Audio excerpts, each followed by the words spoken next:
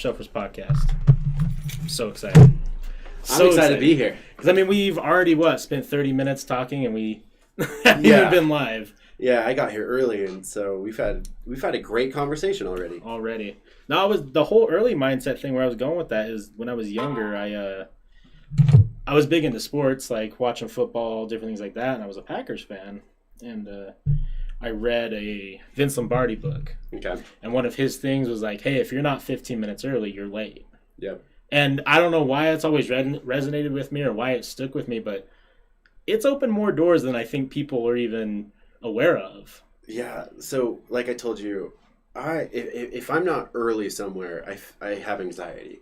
Even if I'm going to be on time, I have anxiety. But so many times I've shown up to somewhere early, and I've had great opportunities, just like this, just to like chat, get to know someone. Yeah. At big meetings, at big conferences, and it's always paid off like really well. But not one time have I showed up late and it's paid off well. It's always like embarrassing, and you walk in and you have to apologize, and it looks bad on you, especially if it's like your first meeting. And so I've always have made it a point just to get there. Even having 5 minutes to like talk with someone that you're about ready to make a business deal with, and you're not already in that business mindset, can really change a whole entire situation. Oh yeah, for sure. I think when you show up early, whatever you're going to do, I think you have a moment to take a breather from driving or from the distractions, and maybe check your phone for the last time and be able to put it away and say, okay, here we go, let's do this. And you need that little moment before you go start to do something. So very true. And I'm excited. I wanted to give you I don't know if it's a congratulations, but I saw your pictures that you posted about changing your mindset, losing weight, getting your style, like you're looking fucking good. And thanks, man. So, dude, for the longest time, I feel like I was just like the biggest piece of shit.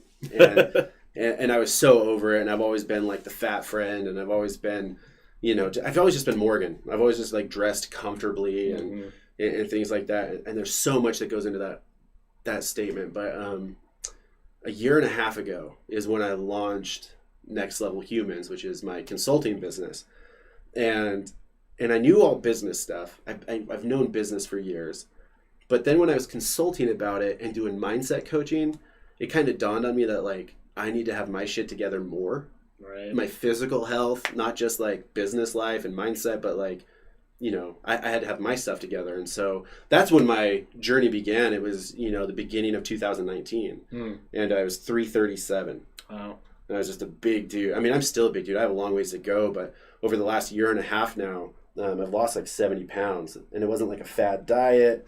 It wasn't like, doing keto or, some crazy like fad diet or anything like that. It was literally just the hard work, diet, exercise, eating right. Right. And it's been low and slow. But yeah, and in that, I realized working with business owners that I actually had to look nice. And I think there's a lot that goes into that too. It's not just, there's so many reasons. I always tell people to dress for success. I've heard that my whole life, and I've never taken it to heart, but I'll never forget this one time I went to this meeting, and I wore shitty jeans, a t-shirt, Vans. I had a backwards hat on. Right. I just looked like shit. Just normal, not shit. It's just like normal society standards, right? Put it that way. And I show up, and my buddy, he introduces me to a guy who owns a construction company with multiple, $1 million company. And he introduces me as a business consultant. And I'm just like, I don't normally look like this. And so ever since then, it's just been really important to me to look nice. I think you get confidence looking nice. I think there's confidence in a lot of things. I think that the majority of dudes these days, who are probably 5 or 6s on the scale, they could easily go to a 7 or an 8 and start, reeling in the honeys, if you will, just by their style, by working out a little bit and changing the clothes they wear. I think that's a huge thing. So, anyways, yeah. So I've lost 70 pounds, and that's what that was about, is just getting my mindset right. Which is amazing. I mean, it's not. Coming from someone who is very overweight, it's not the easiest thing to accomplish. I would say it's probably one of the hardest things to do, just because... Definitely one of the hardest things. It's so easy to fall back. It's so easy to have a great week where you're like, fuck, I hit everything I wanted to, drank all the water I needed to drink, all the different things. Then the next week you're like, well, shit, McDonald's is right there, baby. Oh, dude. 5 years ago, I lost 60 pounds, and I gained it all back.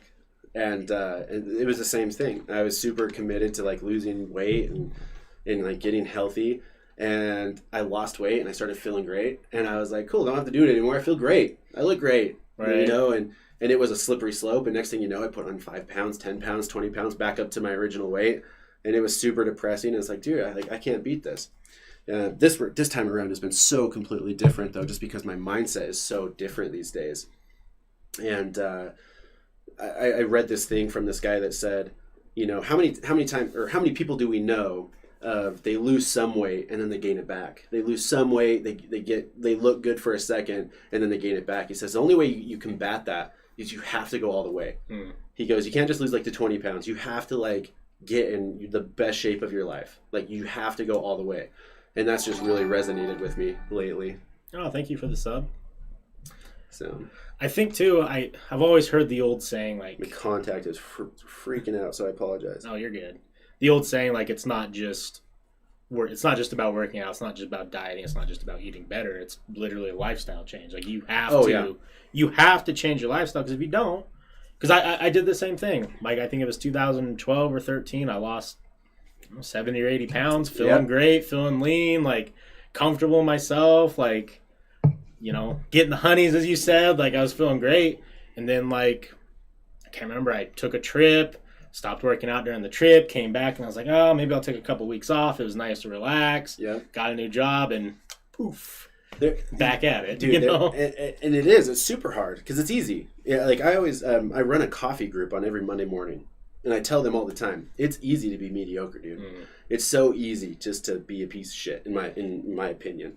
And what resonates with me is, there's a guy, he talks about motivation stuff all the time, and he says, you know, when you see a fit person like running down the road and they're like really fit and they've probably been fit their whole life, do they make it a big deal that they got to go running in the morning?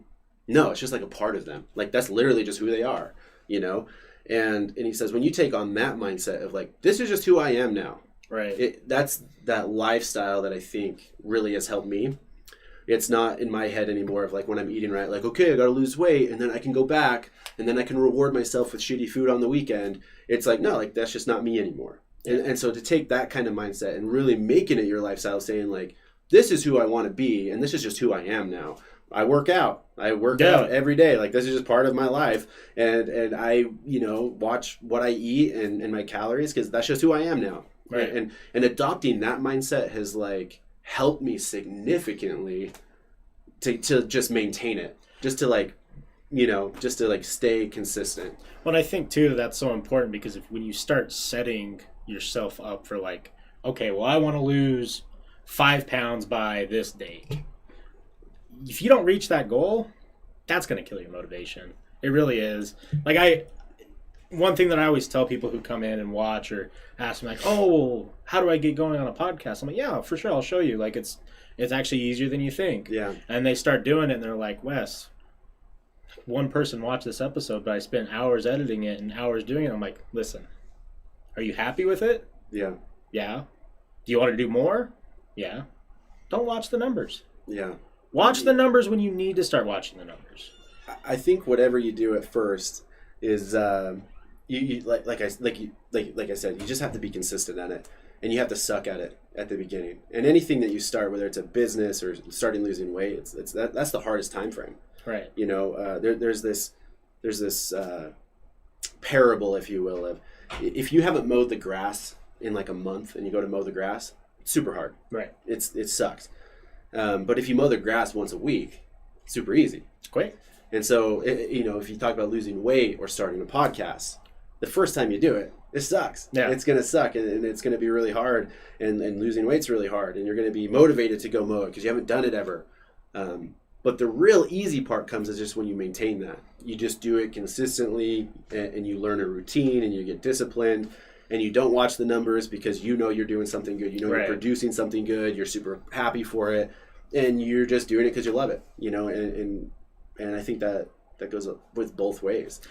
I think too, one thing that I've always noticed, or at least noticed in the past few years now that I'm taking control of my life. I know that's dumb to say, but like, I think a lot of people like listen to what they're supposed to do, And they start doing it, and then they just get stuck in this rut of like, oh yeah, well I'm working, I'm dating, I'm doing this or that, but they just sound miserable. Yeah. Like, I started doing this for me because I've wanted to do it forever. And I always tell people, like, find something that just, when you wake up, it's the first thing you think about. When your ass is trying to fall asleep, it's the only thing you're thinking about. Yeah. Like, once you find that, life becomes fun. And do you know why that's important?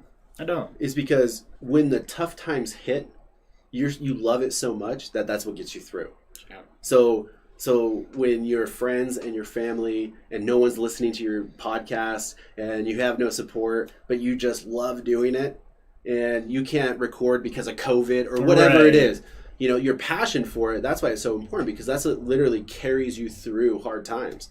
You love something so much that you just say, well, you know what, screw it. I don't care what anyone's saying. I'm going to find a way to keep going. Right. That's why the passion is so important. You know, if you didn't believe in it, you're going to find every excuse not to do it.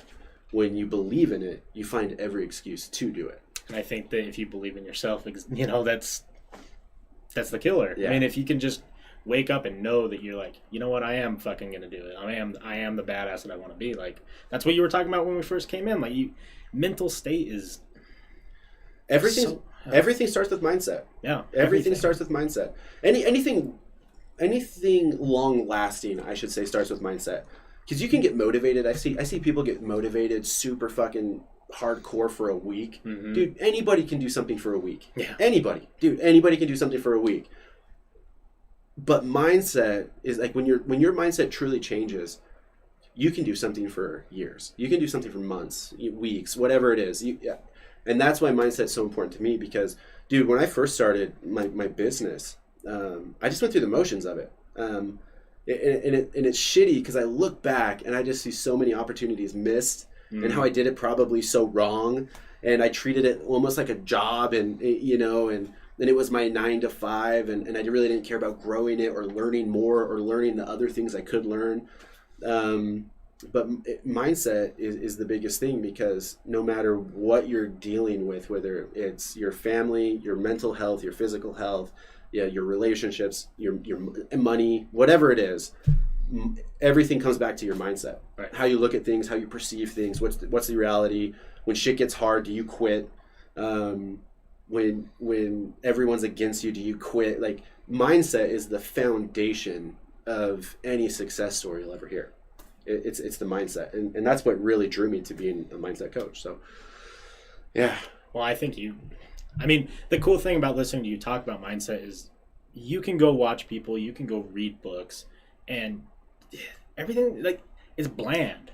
Yeah. A lot of it's bland because everyone can tell you, like, it's mindset, but it takes someone who's passionate for you to really click. And I think that passion that you're showing, like, I don't know how many people you've helped, but I imagine that people hearing you talk, you're like, well, Jesus Christ, it makes fucking sense now, you know? Yeah. I've had a great opportunity to speak with a lot of different people. I've been a public speaker at places, and like I said, I have a coffee group, and that's all it's about is mindset. Every Monday morning we meet. I teach mindset, and we met all over. I've met in Salt Lake. We're meeting in Layton right now. I'm going to open more groups and things like that. So I've had the opportunity to work with the gamut of people that have great mindset, people that have none, people that have no idea where they want to be in life, people that are like, I want to do this and I need to know how to get there. You know, I've worked with all walks of life. But I can say this, dude, every single one of those people, once they dial in on setting up a routine, getting diligent about that routine over an extended period of time, that's probably the fastest way to fix your mindset. That's probably like the fastest thing that you can do to really get some mental fortitude, right? Where you're tough mentally, is just sticking with something for a long period of time. And for me, I always tell people it's your morning routine. You tell me your habits, I'll tell you where you're going to be in 5 years. You tell me your morning routine, I'll tell you how your day is going to go. You know, and so I always tell people to start with their morning routine. How I started the coffee group was I looked at all the greats. I wanted to know what Elon Musk, Tom Bilyeu, Gary Vaynerchuk, all these business moguls. I wanted to know why they were successful, and I started looking at them, right? Tim Ferriss, dude, anybody, and they had the most common things that they did. They would all have their own little version of it, but there was these common characteristics. Morning routine was probably the top one on all their lists. Meditation, journaling, affirmations, working out, all these very similar things that they had. And so I said, okay, I'm going to distill all these down across the board. Any successful person, they probably are doing those things. And I started applying those to my life about 2 years ago. And it completely changed me. It completely changed me in a way that I don't even know how to describe it. It not only helped my mindset, it helped me in every facet of my life, which is really interesting. And so that's the characteristics and of mindset in personal development, personal development, mindset, whatever you want to call it. I think that morning routine and like starting your day off right, I think has a huge, it's a huge factor in mindset and personal development, if you will. Right. So I couldn't agree more, because I don't know how many times, especially in the situation I'm in now, because I work a 9 to 5 and different things like that, and there's mornings where I wake up and I'm like, I don't want it. Oh, dude. And that's the thing. Even successful people, they do that too. No. They wake up and they say, dude, I don't want to fucking do that. Like, I don't want to do that. I mean, dude, I don't wake up every morning like, fuck yeah, let's go. Right. I do get motivated, but the thing that you can rely on, and this is what I teach my people, is your routine, your discipline. Dude, discipline is not a sexy thing, man. Discipline sucks. Yeah. Like, discipline is a daily campaign, a weekly campaign that you just have to fight for to be disciplined, right? It's not a sexy thing at all. Motivation is fleeting. Dude, I'm going to pump you up all day today, and you're going to feel the fire. And guess what? 2 days from now, you're going to be like, oh, shit, I'm back in this thing. Right. That's why it's so important to establish a routine. So when I wake up and I'm like, fuck this. I do not want to go do leg day at the gym right now.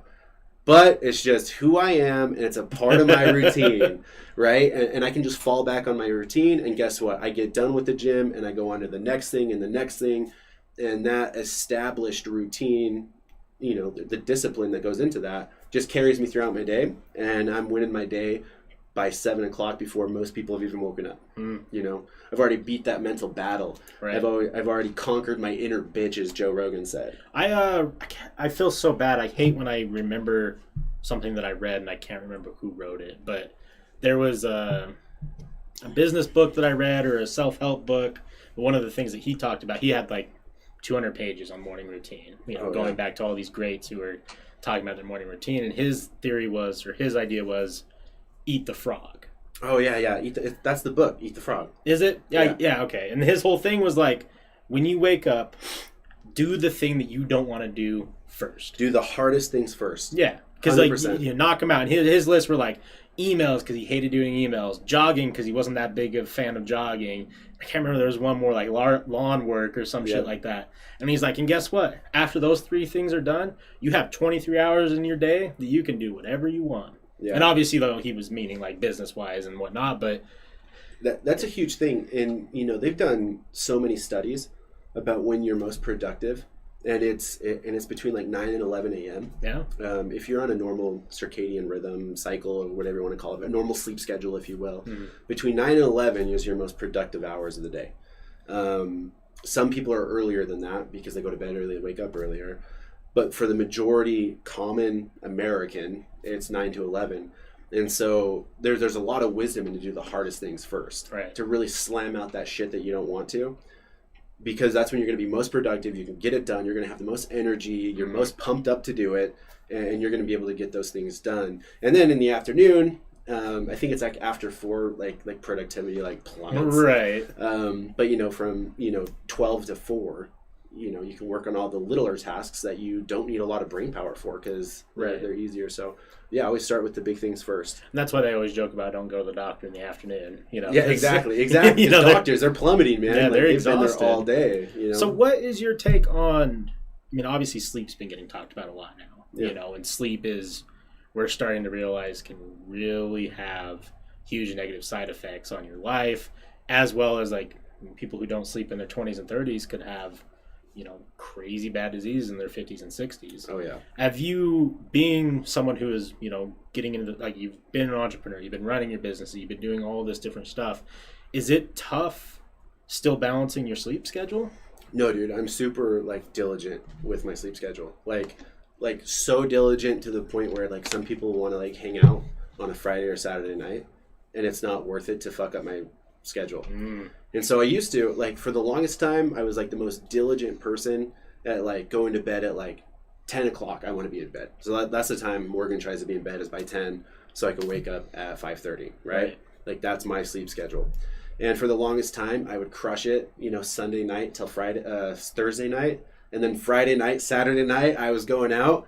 But then Monday morning would come around, or Sunday night, and I wasn't tired because I screwed it up all weekend. Right. And so it just stopped being worth it. It wasn't worth it to me to go, like, out late on Friday, Saturday night, and then have to retrain myself Monday, Tuesday into Wednesday to get it right again, be on schedule a couple days, and all of a sudden go screw it up again. And so I am very, very, I'm like an old man, dude. I go to bed at 10 o'clock every night. That's like, I have to be. Even on the weekends, I keep my morning routine the same. Same thing. I used to, like, sleep in on the weekends. Now I don't. I just wake up. That's just that's just who I am. I think that is so important, just because, I don't know. I imagine, like everyone, like when you're in your 20s and, you're 18, 19, 20, 21, 22, like, going out drinking and having a good time, like, I think there has to be a point in time where you have to have that conversation with yourself. And I don't think enough people are. I think too many people are going and wasting their weekend, getting lit, as they say, having a good time, which is fine. But for me, it's moderation, right? Like, I have a lot of friends who are in my, personal circle who it seems like their routine is that. Oh, yeah. Where it's like, hey, we're going to blindly walk through Monday through Friday. Friday night hits is when I get on my schedule, getting fucked up and having a good time. Oh, dude, yeah. And I think, every once in a while it's great, but at what point do you have to, like, really sit down and look at yourself and be like, man, is this destructive? Oh, dude, everyone, I think, has to go through that. And we kind of talked about this before we started this, was I think there's a lot of different levels of happiness. Right. I think that you can find happiness doing whatever you want, right? You can find happiness in going out on Friday and Saturday nights, and, like, that's just who you are, and you're totally content with life. What happened with me was I stopped being content with that life, right? And I realized I just wanted more, and I was doing the same things, and you trust me, like, I'd go out and party my ass off, and I'd get lit, if you will, in the biggest sense of the word. And but what happened to me is that I stopped being content. I didn't want that anymore, and I slowly started changing. And don't get me wrong, I can still go party with my friends. I still do. Yep. But what happened is I realized, as I got better, as I started, like, really wanting to be better, those around me started getting better. And weekends went from, just drinking all weekend long and partying and hanging out in your underwear on your couch all weekend long, right, to actually doing really cool stuff and creating and working on other things and kind of experiencing life more. Did you see that tweet from Wiz Khalifa where he said, I used to think it was a G to stay out till like 6 a.m. and now it's really going to bed early. But I think there's a lot of wisdom in that. I used to think staying up late was super cool, like, let's go out and party and stuff like that. And I think there's a time and place for it, but I don't do that every weekend at all. Right. Like, you're going to find me in bed most Friday nights at 10 p.m. and I'm up at 5:30 and I'm either reading or listening to a podcast or working out. And, but that's the coolest thing is as you level up, your tribe levels up. And it's really, it's an interesting process because I've worked with a lot of people. I've taught a lot of people where they have this moment where they realize they've almost outgrown their friends. They're close buddies, and they just realize, like, damn, dude, like, that's just not me anymore. Like, I've grown so much because my goals, my ambitions, my dreams are not to go get fucked up on the weekend. Because guess what? That 48 hours on the weekend, I can do X, Y, Z, and it's going to put me way further ahead in my personal life than to go hang out with my friends every weekend and get messed up, And But I've seen that time and time again where sometimes you outgrow friends. And that's why I say, dude, like, find those around you that share your same goals and dreams. And have you ever, you know that saying where it says, how do you cook a frog? You put it in hot water, right? It'll jump out. If you put it in cold water, you warm it up and it cooks itself. Right. I feel that way. I have had that moment where I've gone to hang out with friends and it is so not me anymore. And I haven't hung out with them for a while. And I go to hang out with them and it's literally like a frog in hot water where I go and hang out and I'm just like, damn, I am so uncomfortable right now. Like, this is just not me. It used to be me. I used to be totally cool with this shit. And now I can't do this. And I've been that frog. And, and so that's just an interesting... You don't have to get too personal with this, but how did you make that jump of like, you know what, maybe I have outgrown my friends? Because it's a scary thing, right? Because like you're like, man, these are been through some shit with these guys. Like, I'm comfortable with them, I'm happy with them, but at the same time, like, you're not that anymore. Like, how do you make that type of jump? Because what happens is this. When you start, okay, put it this way. Let's just use your podcast as an example, right? If you really wanted to blow this shit up, you could start doing things like networking, meeting other people, inviting, really successful people on here, whatever you want, right? You start leveling up your podcast. Right. Well, this thing happens that when you start leveling it up and you start networking with these people, you naturally start finding like these new friends, right? These new acquaintances, these new business people.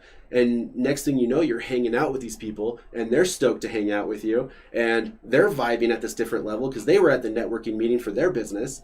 And all of a sudden you're surrounded by these high level thinkers and you have like this support system where you're actually like with these people all the time because you're networking and you're referring business and you're doing cool deals. And it's not like one day I just woke up and was like, fuck my old friends and I'm alone. It was like I kind of leveled up and all of a sudden I have these friends that want to talk about stocks and real estate and not talk about like the latest, Xbox release and, drinking Jameson all night. It was just a completely different conversation. And I still have those friends. I really do. I can't go do that all the time. I think that, they're going to have influence on you. And if you have goals and dreams, you have to be careful about those things. You really do. Right. Like you said, it's a slippery slope. It's a very slippery slope sometimes when you have these goals and dreams and you're killing it. And all of a sudden you start hanging out with the people that don't have that. Or, it's the same thing if you're like losing weight and they want to go out and eat at restaurants all weekend. Right. Obviously, you're going to go eat at restaurants all weekend. It's the same type of mindset, whether you're losing weight or building a business or trying to hustle or trying to better yourself. It's, anyways, for me, it was I found more of a tribe that fit my beliefs. There's a guy, he says, do the 33% rule. The 33% rule is hang out with people, 33% of people that are on your same level, same goals, same motivation. You're at the same spot in life. Right. 33% should be mentors and teachers, people you look up to, people where you want to go, people that you want to emulate, that inspire you. And then 33% of people you should be teaching and lifting them up and helping them up. And that's always stuck in my mind too, because where I go wrong, or if it's wrong, is I love to hang out with people way ahead of me.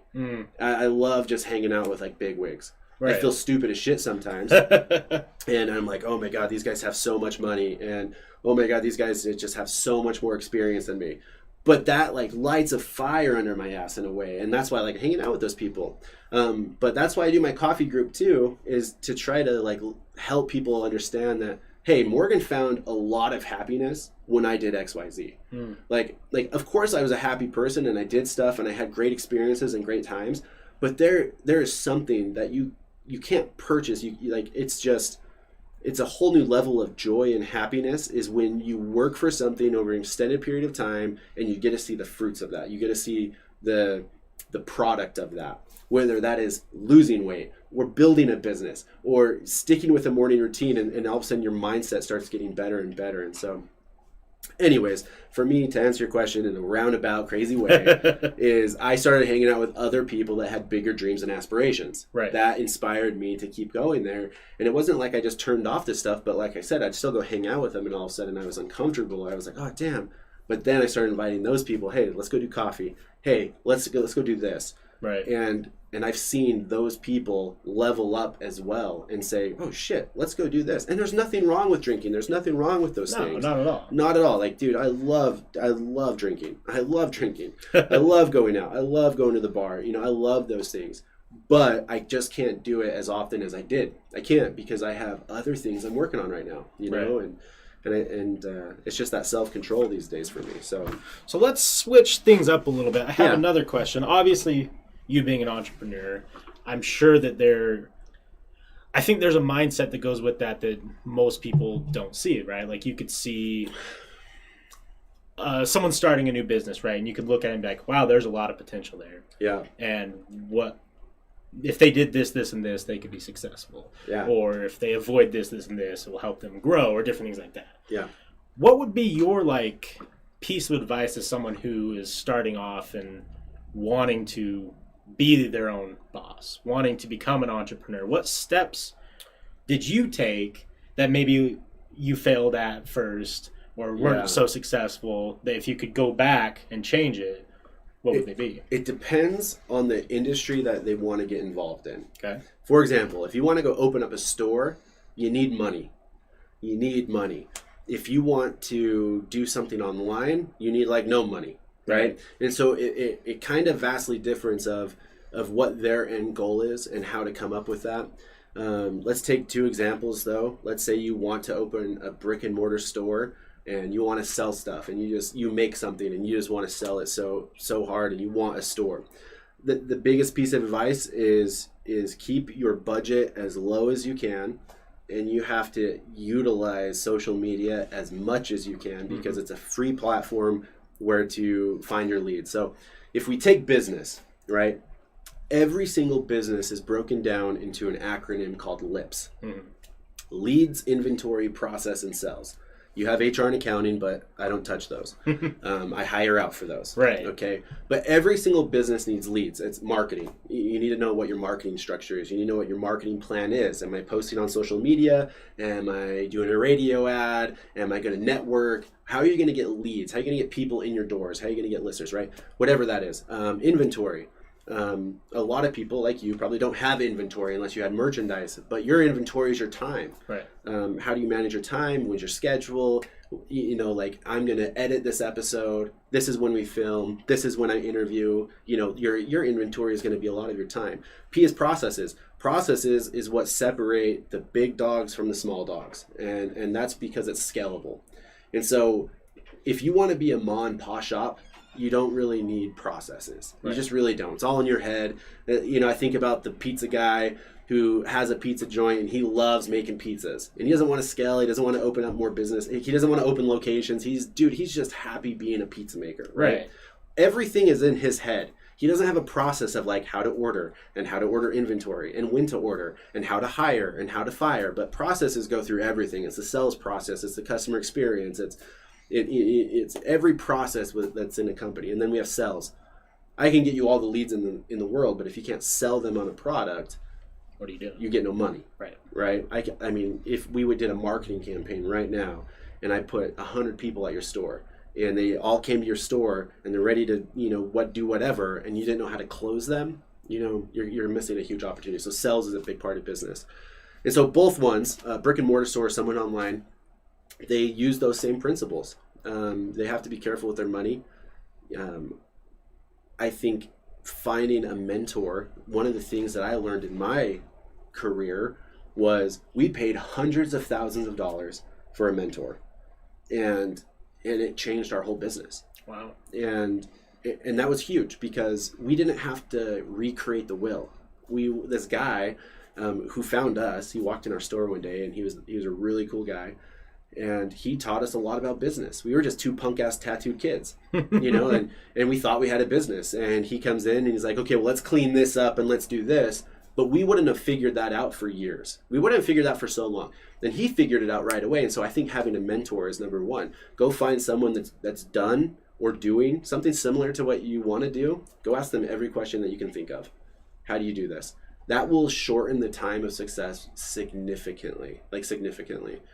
So finding a mentor, keeping your costs low, figuring out LIPs, leads, inventory, process, sales, and then just taking action. That's the number one thing that you can do if you're starting a business, if you're looking to start a business. Don't wait for it to be perfect. Don't wait for the perfect logo. Don't wait for the perfect name. Don't wait for the perfect website. Don't wait to have 10 people before you launch a product. Just go. Dude, go make a shitty logo and have a shitty slang, because you can change it. Yeah. You can course correct in 3 weeks. And you might have sold 10 people before that. Just go. And that's the biggest thing. And we're so self-conscious of like how we're going to look or how unprofessional you're going to look. Just go hustle. That will put you light years ahead of anybody else. If I take 2 people and one waits for the perfect opportunity to do shit and the other person just starts going and they have really unprofessional looking stuff, in 6 months, I guarantee you that gap is going to be so big of how many clients this person has versus how many the perfectionist has. Interesting. Guarantee you. It'll be night and day difference. Why do you think it is then that they drive it so hard? Like, who? Media, for example. Like, a lot of times you always, like, things that I've read, like starting a business or, starting a podcast or doing different things in that field, everything I always read was like, take your time, make a logo that looks good.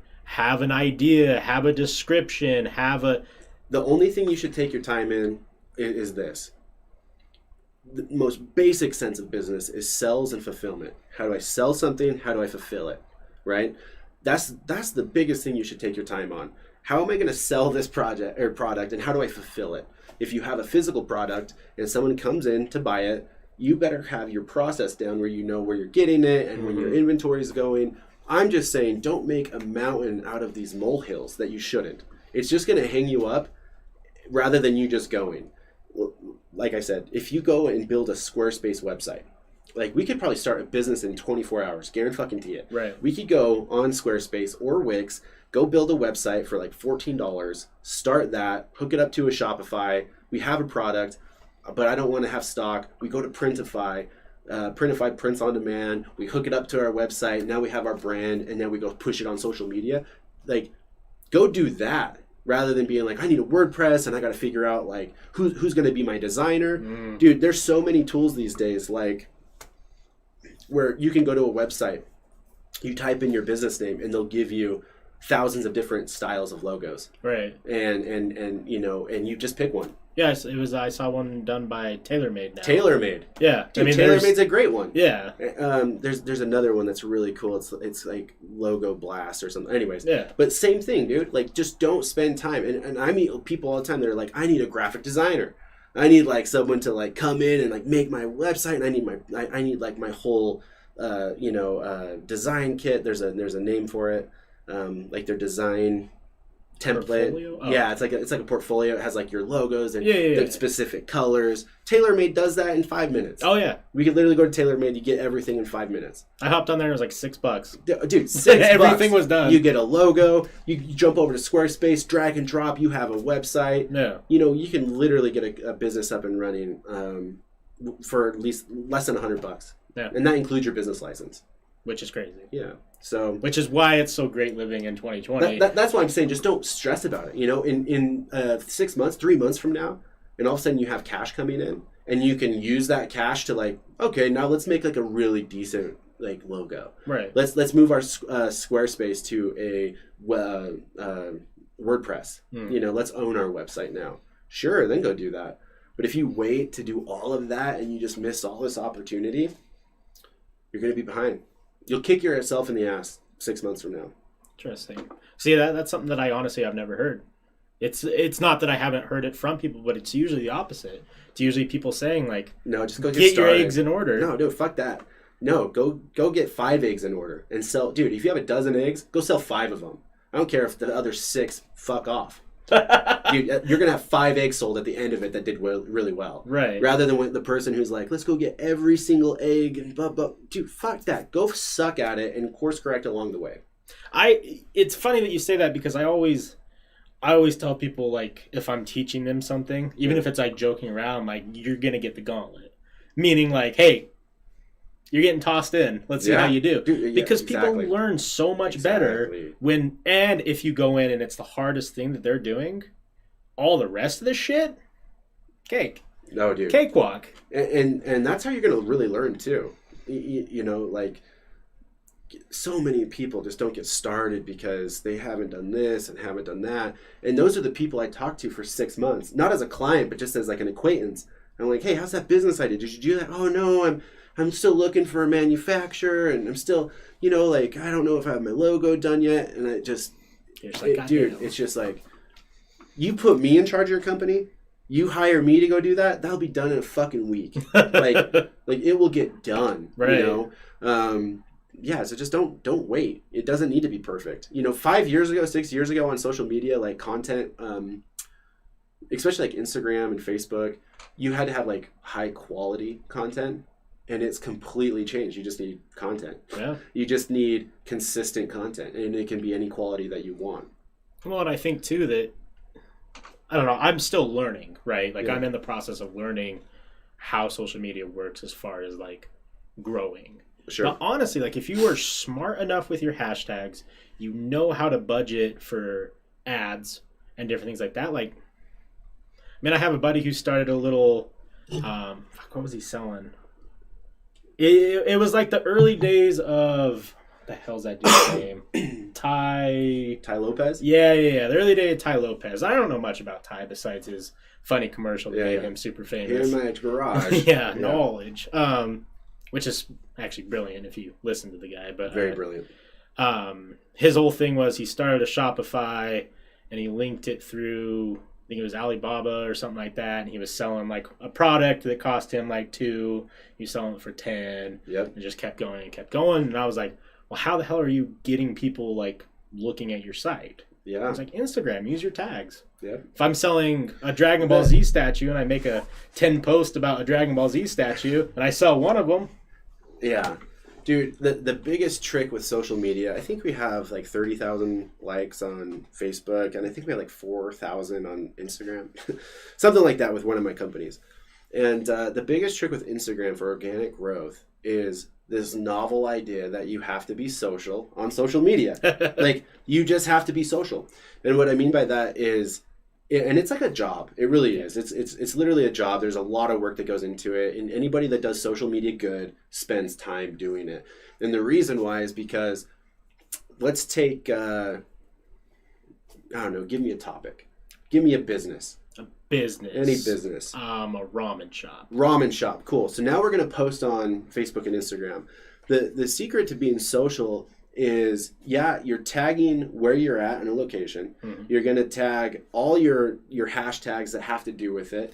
I think 13 hashtags is like the sweet spot right now of how many tags you want. And those tags need to be relevant to your product, but also relevant to IG. Instagram. And so a lot of people will just tag like ramen, noodles, restaurant, lunch. And then they forget about like the Instagram hashtags that are trending that day. IG love, fun, summer. Right. And so it's a healthy mix of those two. And then you go a step further and you go to those hashtags that you really like. Maybe it's Salt Lake City hashtag, Salt Lake. And you go to the Salt Lake hashtag and go to 10 people's posts that have tagged Salt Lake and go interact with them. Go like them or comment. Now you go to Salt Lake because you tagged yourself in Salt Lake. Go to Salt Lake. Go to the last 20 people that are there and go interact with them. Now, before long, you're liking accounts that tag Salt Lake or ramen. You could go do it for ramen in Salt Lake if you wanted to. You're interacting with all these accounts that don't know about you, and all of a sudden 50 people a day know about you because you're interacting with them. You're going to see huge organic growth doing that. Right. Then the posts that do well, so now you took a really sexy photo of some like great ramen, and it's super sexy, and for whatever reason it was just the right time of day, right, and you got the right hashtags right. Now you go promote that post. Go put some money in to go promote that post because it already did well. So you know it's going to do well again. Dude, put like $20 into that post and watch what happens. A big thing too is when I work with business owners on social media, they never have a call to action, a CTA. They're just posting their content, but they're not like, click now for a coupon, call now, book now. They're not telling your audience, your customers to do anything. How can your customers hand you money if you're just posting a picture of some ramen? Why don't you say, hey, click the link in the bio to get $5 off today? Bam. Now that drives some freaking traffic. Oh shit, $5 off. I'm here I'm here. Why not? Might as well grab that coupon. Right. But you're telling your audience to actually do something, and that call to action is huge. Well, and that call to action also will, from at least from my perspective, right? It increases the chance of them seeing your whole page, which is a big thing on Instagram because if they only see your post, they only know like that's tiny % of what you really are. Yeah. And if they're willing to take the time to go to your page, there could be even more links in your description. Exactly. What you're about and trying to get. Page views is like the big thing on Instagram, right? Yeah, well, page views, interaction, but there's. Do you know what Linktree is? Yeah. Yeah, so like they could use a Linktree and send them anywhere they wanted. You can send them to the website. You can send them your Facebook. You can send them to a landing page that has a coupon. And every person that has that coupon, came from social media. Now you can track that shit. Yeah, Linktree for me specifically, I heard about it. I'm like, oh yeah, well I'm gonna make one. Oh, it changed a lot. It changed everything. Because being a fairly small podcast, but trying to reach out to people like, oh, well, where can I watch you on? They get the link tree. They get the link tree. 8-9 links of wherever the fuck you can watch it. Take your pick. And they're like, oh, well, yeah, I do. I'm on Spotify all the time. Click it. Like, if I give advice to anyone, make a link tree right away. It really does help. Especially if you have an Instagram. Like link trees on Instagrams are huge, and that helps your potential clients, your community, if you will, just be in touch with you, and. There's a lot of things. There's a lot of things on social media that businesses can do, and to get that following. But it's just being social. Respond to every comment. Start there. Right. Anybody who writes you a comment on Instagram or Facebook, respond to them. Every single one. Until you have like thousands of people, it doesn't make sense. You better be responding to like every single comment that you get. Liking your followers' stuff. Like follow people that follow you. Get really creative with marketing and go get other companies and feature them on your stuff. And so they feature you, and now you're kind of promoting each other, and all of a sudden their community knows about you and your community knows about them. And that's a really good strategy too for social media. Because there is a lot of, at least things, like small things that I've done. I really feel like people are so worried that if they start creating a business or creating some sort of entertainment or whatever, they're going to have to spend thousands and thousands and thousands of dollars, when in reality that's not it. Like if you have the money and you can, it's great. But just stuff like you just said, like reaching out to a company and being like, hey, like, do you care if I promote your product? Dude. And they'll just be like, oh yeah, sure. And don't expect something in return. Yeah. But if they do, fuck, like you could change the whole game. If you have a phone, if you have a smartphone, you can start any company you want online. Yeah. Like you can be a blogger, you can write anything, you can take photos and be an Instagram influencer, you can start a YouTube channel, you could do a podcast through Anchor, and you don't need any equipment, any additional equipment. You could literally start with your phone in your pocket. And that's the thinking that separates the doers from the I can't because I have these limitations. That's a big reason why I'm just like, just fucking do it. Just go for it, And, what's the old saying, like, excuses are like assholes. Everyone has one and they stink. I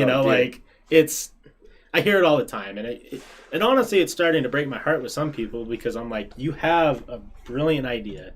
You would fit perfect on social media. People would love you.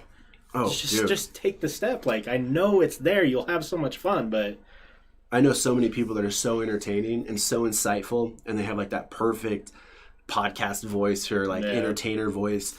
And they just hate it. They just don't want anything to do with it. I'm like, dude, you're missing a boat right now, a big old boat. And but yeah, and some, like I said, everyone has to create their own happiness and really figure out what they want to do in life.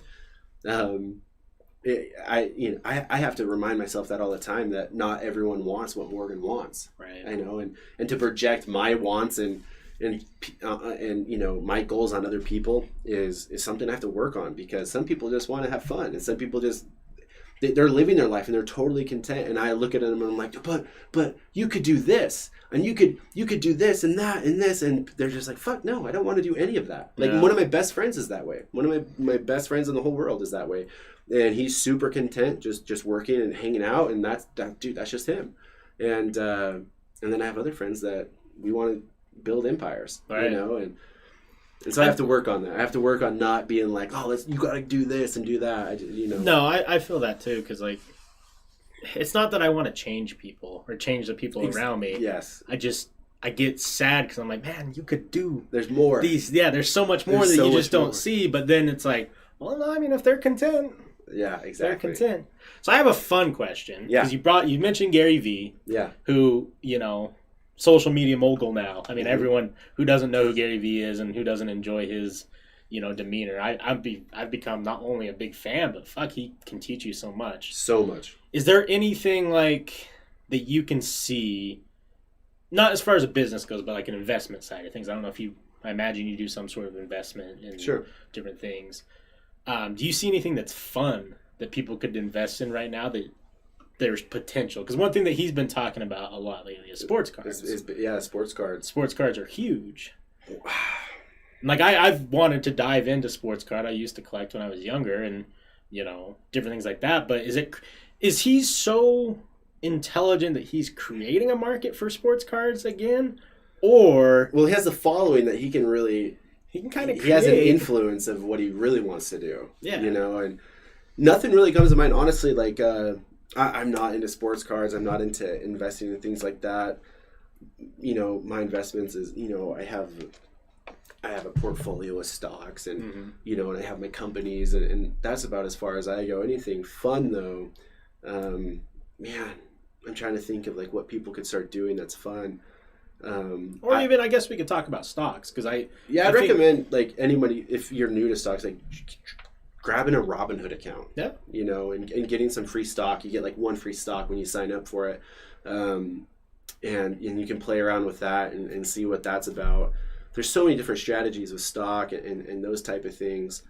You could go find a business. I don't know. It just depends on like how much money you have. Right. You could literally find a business and go be like a silent partner and invest in a business. Go invest in a small startup that's super cool, and for little. And they don't, it's not so much money that they need, but you can be like a silent partner and say, hey, like, you guys need capital right now, and whatever it is. And I've seen people have really fun with that because they can see a company grow. They don't have to be there 9 to 5. They support it financially. Now it's a gamble for sure. Like if make sure you're putting your money on some workhorses. But nothing. I don't know. Fun stuff. I have fun with stocks. I have fun with businesses. Kind of like that same thing. Right. I'm involved in a couple businesses that it's just I have a small ownership in, and they run themselves. But I can still promote them whenever I want, and I'm like, yeah, go check out this company. It's super cool, which is nice. And I don't even have to tell people like I have an ownership in it. It's just go for it, And but yeah, nothing really comes on. Gary Vee is big on sports cards right now. Yeah, he's very big on sports cards, but he has that following again. That's a great perspective to have. Did he create that? He might have. And he could have. It's kind of like Dave Portnoy right now, the Prez of Barstool Sports. Yeah, who's having a huge impact on stock right now. With his everything that's going on with him, and all his followers are buying all this stock, and he's having a really fun time with that right now too. So that guy's also brilliant. He's brilliant. He is a great businessman. He's a great businessman. All that stuff that happened with Call Her Daddy podcast was just that was entertainment. That was high quality. That was high. That was like my favorite entertainment on the internet for why that lasted. That was like my favorite stuff ever. So. I want to reach out to him. I don't know if I like, how it is. Like when you get to a certain point, it's hard to actually keep message everyone, but that was some good shit. Yeah, dude, he's super fun. Now, I did the Robinhood stock and kind of what you said. Like I invested in this company. It's called iBio, and they were researchers for a COVID cure or vaccine, which is, it was hot. It was a hot topic, and I invested when they were like a 2 something a share, and then it plummeted. It went to like 80 cents, 90 cents. I'm like, man, that sucks. But if you stick with it and you are you're watching what your company's doing that you're investing in, like you never know. It just bounced up to 240. I'm actually profit on them now as of today. Yeah. And like, it's fun. It's enjoyable. It's interesting because I log on. I'd be like, oh fuck, they went up. What did they do? And now you're researching this company and you're seeing, and then it leads to other companies that you could invest in as well. It's actually a good time. Yeah, there's all these different ways to like get into stock, and when you first get into stock, you buy stock and you see if it goes up or down. That's like the first thing, and then you have day trading and you watch like candlestick, patterns, and that gets really tedious, and you're like day trading and you can make a lot of money in that, and then you have options trading, and there's a lot to it with stocks. I say Jeff Bezos. He recommended, was it Jeff Bezos? There's a guy that recommended, invest in things that like help people, and you usually do really good with those stocks. Right. And so anything that's like a product that helps people, anything that's like a service that helps people, those type of companies, they do really well usually in the stock market. And that's just really fun to put your money and see if it grows. Yeah. And play the long game. It's not like this day-to-day thing that I log in every day. I'd maybe check my portfolio like once a month. Right. And I just take a look and be like, okay, like this is doing shit for 6 months. Like, should I get rid of it, or what's the game plan on that? But no, stocks can be really fun. It's like the grown-up version of gambling. It is. Honestly, it is. And no one ever teaches you about stocks. That's what I'm mostly pissed about too, is like, as you hang out with like these really money savvy people, a lot of people talk about stocks and you're like, dude, I don't know what the fuck a stock is. Like, what do you mean? Like, how do I do that? And then you have to like figure it out on yourself and like ask 1,000 questions and meet 1,000 people. And then it starts making more sense. But that's one thing I wish that we could teach more in school, is like, hey, this is like stocks. Like, this is how they work, and this is how you can make money. And anyways. Well, speaking of school and Gary Vee, I mean, obviously Gary Vee is a big pusher of like, school might not be the answer for everybody. Yeah. And I agree with them. I really do. I think that, I don't know if it's just the traditional mindset that needs to start shifting a lot or what it is, but you don't have to go to school to make money. If your whole goal in life is to get as much wealth as possible, school might not even be beneficial. Dude, in reality. Not at all. Like, it makes zero sense to go into that much debt right now to try to make money back. Right. For me, I was a huge, and I still am, I still fight with my dad about this. My dad still tells me he wants me to go like get an education, or he goes, just get a degree in something. I'm like, no fucking way. Right. Like, no way am I going to go get a degree in something right now. Like, it costs so much money. There's like no benefit to it, and especially in my case, like I'm doing my own thing, and but that's me, and I almost wonder though if like for our parents or maybe our parents' parents, like it was almost like a reputation. It was almost like a prestige more than it was anything else. It is such a generational thing for sure. If you want to do like the STEM careers, right? Go to fucking college. For sure. If you want to like own a business, you do not have to go. If you want to, do banking, yeah, sure, go to college. If you want to be in architecture, yeah, sure, go to college. If you want to do physics, yeah, sure, go to fucking college.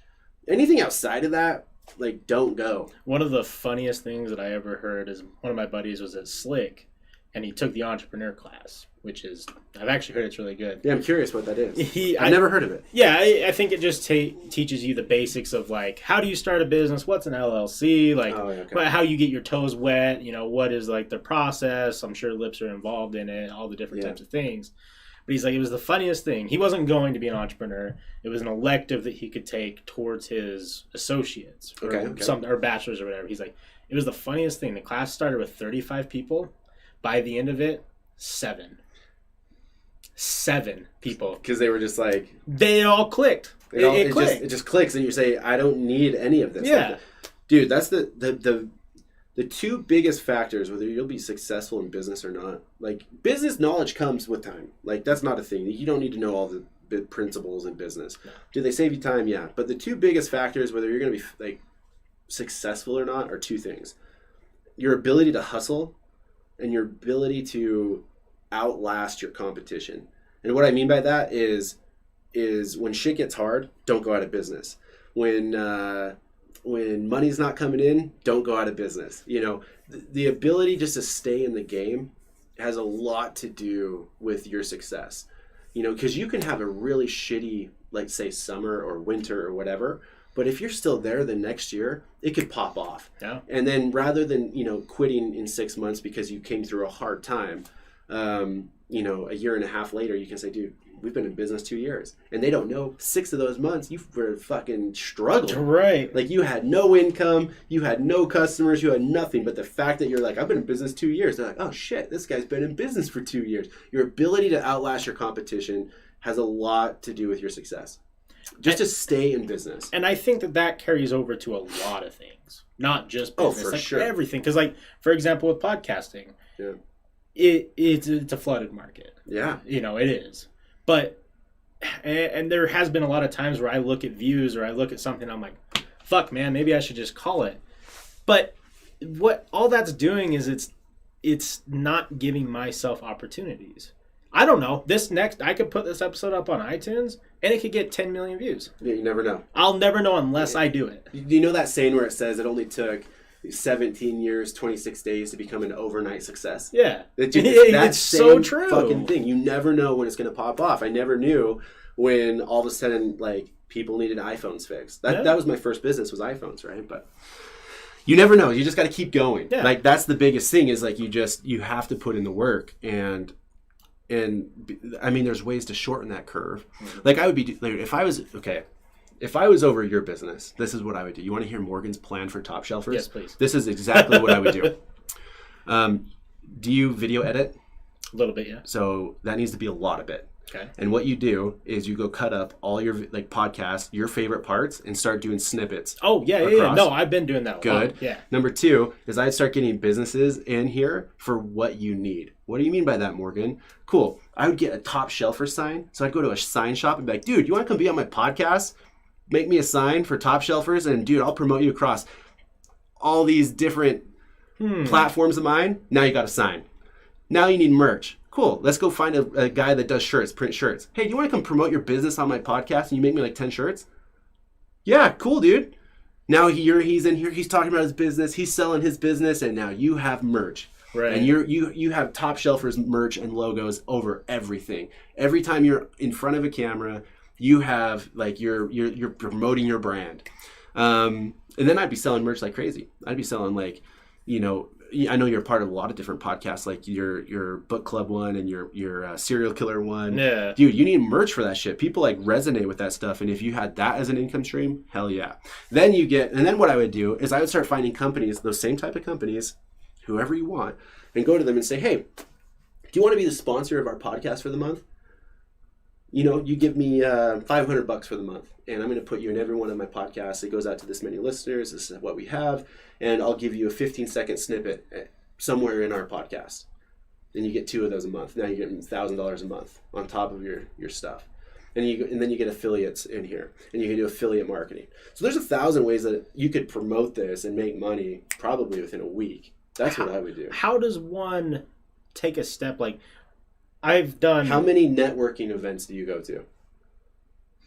I think you already know that answer. It's a big fat 0. So, how do you go find business owners? That's what I don't know. Networking events, dude. Connect Utah is a great one. BNIs are a great one. BNIs are expensive, but you can go a few times as a guest. You can literally go type in Network Utah.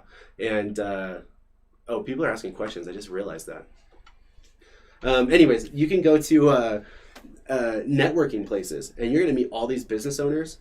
Dude, business owners, they might be realtors, they might be insurance agents, they might own a soap company, and you just talk to those people like, dude, you want to come talk on my podcast? Dude, business owners are like the biggest narcissists ever. Oh, yeah. We love talking about ourselves.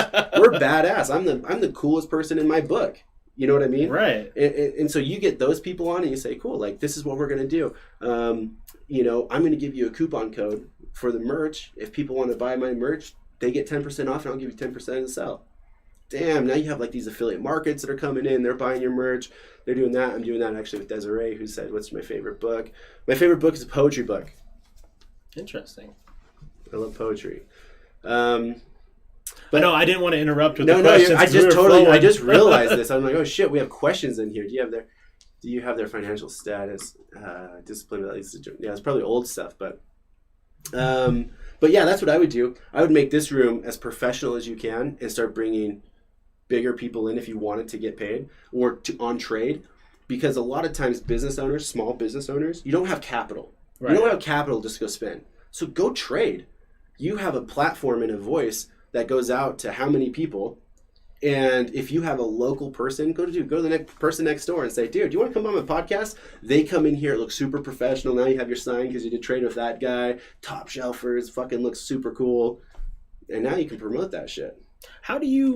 What falls under the category of professional? Because obviously, like, you know, some of the... No, for sure. I mean, you have to do it your way. Right. You want it your fill. I'm not saying... make it corporate or whatever. No. And I definitely will never do that. You know, exactly. But, you know, cleaning it up, you know, maybe invest in, you know, similar chairs. That might be something that I would do. However, whatever you thought, or whatever you can think of just to, like, you know, make it, like, super nice, you know. I would edit videos so you have, like, different angles, maybe get 2 cameras, you know, that's the next step that I'd probably do, like you're doing right now, edit the snippets, be as social as fuck on social media, on Facebook, Instagram, Twitter, you know, release as much content as you can. Because that's what those little snippets are going to, and then you have a link, a call to action and say, go listen to the whole podcast here. Right. Dude, that's how you're going to build your audience. That's our biggest views too, is because, like, I mean, the whole idea, right, is someone's way more willing to watch under 10 minutes of content versus 3 hours. Oh, for sure. You know, and I realized that quite a while ago, and it's our best viewed, like, YouTube videos, which YouTube is a small portion of what I'm trying to do, are the ones that are 7-minute segments, 10-minute segments. Dude, and the ones, and these that you put on YouTube, the videos that you put on YouTube for your podcast, you can sell those businesses, the sponsors, a higher price because you're going to put their logo and contact info in there. And now you can charge them more versus the person that's on Spotify that you can, you know, it's just audio, 15-second blurb. Hey, this is brought to you by so-and-so Insurance. They sponsored the vlog today. Check them out. Use discount code Topshelfers for 10% off. Now you're really building a brand. Right. And now you're getting other business owners involved, and other business owners want to share this shit because they're talking about them. Right, like, oh, cool, this is super, I was just on this podcast, and I just did this. And then I just get super social and I get really creative with marketing. You know, rather than shirts, maybe go make stickers. Every single person, dude, the DC sticker guy, you know, DC brand. Yeah. Dude, he has, like, the coolest story ever. At every single event, like a BMX event, he was down in the with the people, just putting stickers on everything and just handing out shit. And that's how they got to know him. He was literally just handing out stickers and plastering DC shoes on everything. Wow. And his story is super cool. Rockwell Watches is a super cool story, how they got started. But I live right by them. Is Ken Block the DC guy? Yeah, Ken Block. I like him a lot. Dude, Ken Block, he's the man. Yeah, he really is. And he was a guerrilla marketer, and so he got super into just, like, creative marketing. But once again, it's a leads thing. So are we getting our leads from, you know, think of marketing as like a big net. There's so much, like, there's so many different types of fish in the sea, which are your clients. And we need all these different clients. And some of your clients are on social media, and some of your clients are networking, and some of your clients might be partnerships. And, you know, you have these different things. Well, you have to get as many as you can with your big net to make the biggest difference. You know, and you'll see, like, you'll go network for a while, and you'll be like, dude, I'm just not getting anything out of this, right? Like, it doesn't make sense for me to do this. But if I put $10 in Facebook ads, all of a sudden I'm blowing up. Well, now you know where your market's at. Right. But the important thing is to have the wide net to get all those different verticals, if you will. You know, being on the social media, doing networking, doing, you know, partnerships with other businesses. But anyways, that's how I would market. Maybe it's stickers, maybe it's like guerrilla marketing. Right. And maybe, whatever, I don't know. You can get so creative. Well, you can see stickers work because if you look, someone else's podcast is on my podcast. Yeah, exactly. Because they brought stickers. I mean, Gals with mouths. It's exactly. It's a brilliant idea for sure. Yeah. And then, you know, I would start thinking about, I would make a list. This is probably one of the first things I would do if I were you. I'd make a list of the top 5 podcasters that are in Utah that you like. Now go try to be on their show. Do everything you can to go be on their show. Write them in email. Write them whatever you want. Say, hey, I'm the owner of Topshelfers Podcast. Would love to be a guest on your show, or you can come be a guest on my show. How does that look? top 5. Guess what? Their audience will instantly know about you now. Right. And isn't that the wonderful thing about podcasts, though? Yeah. It's so cool. Like, you can just go. Yep.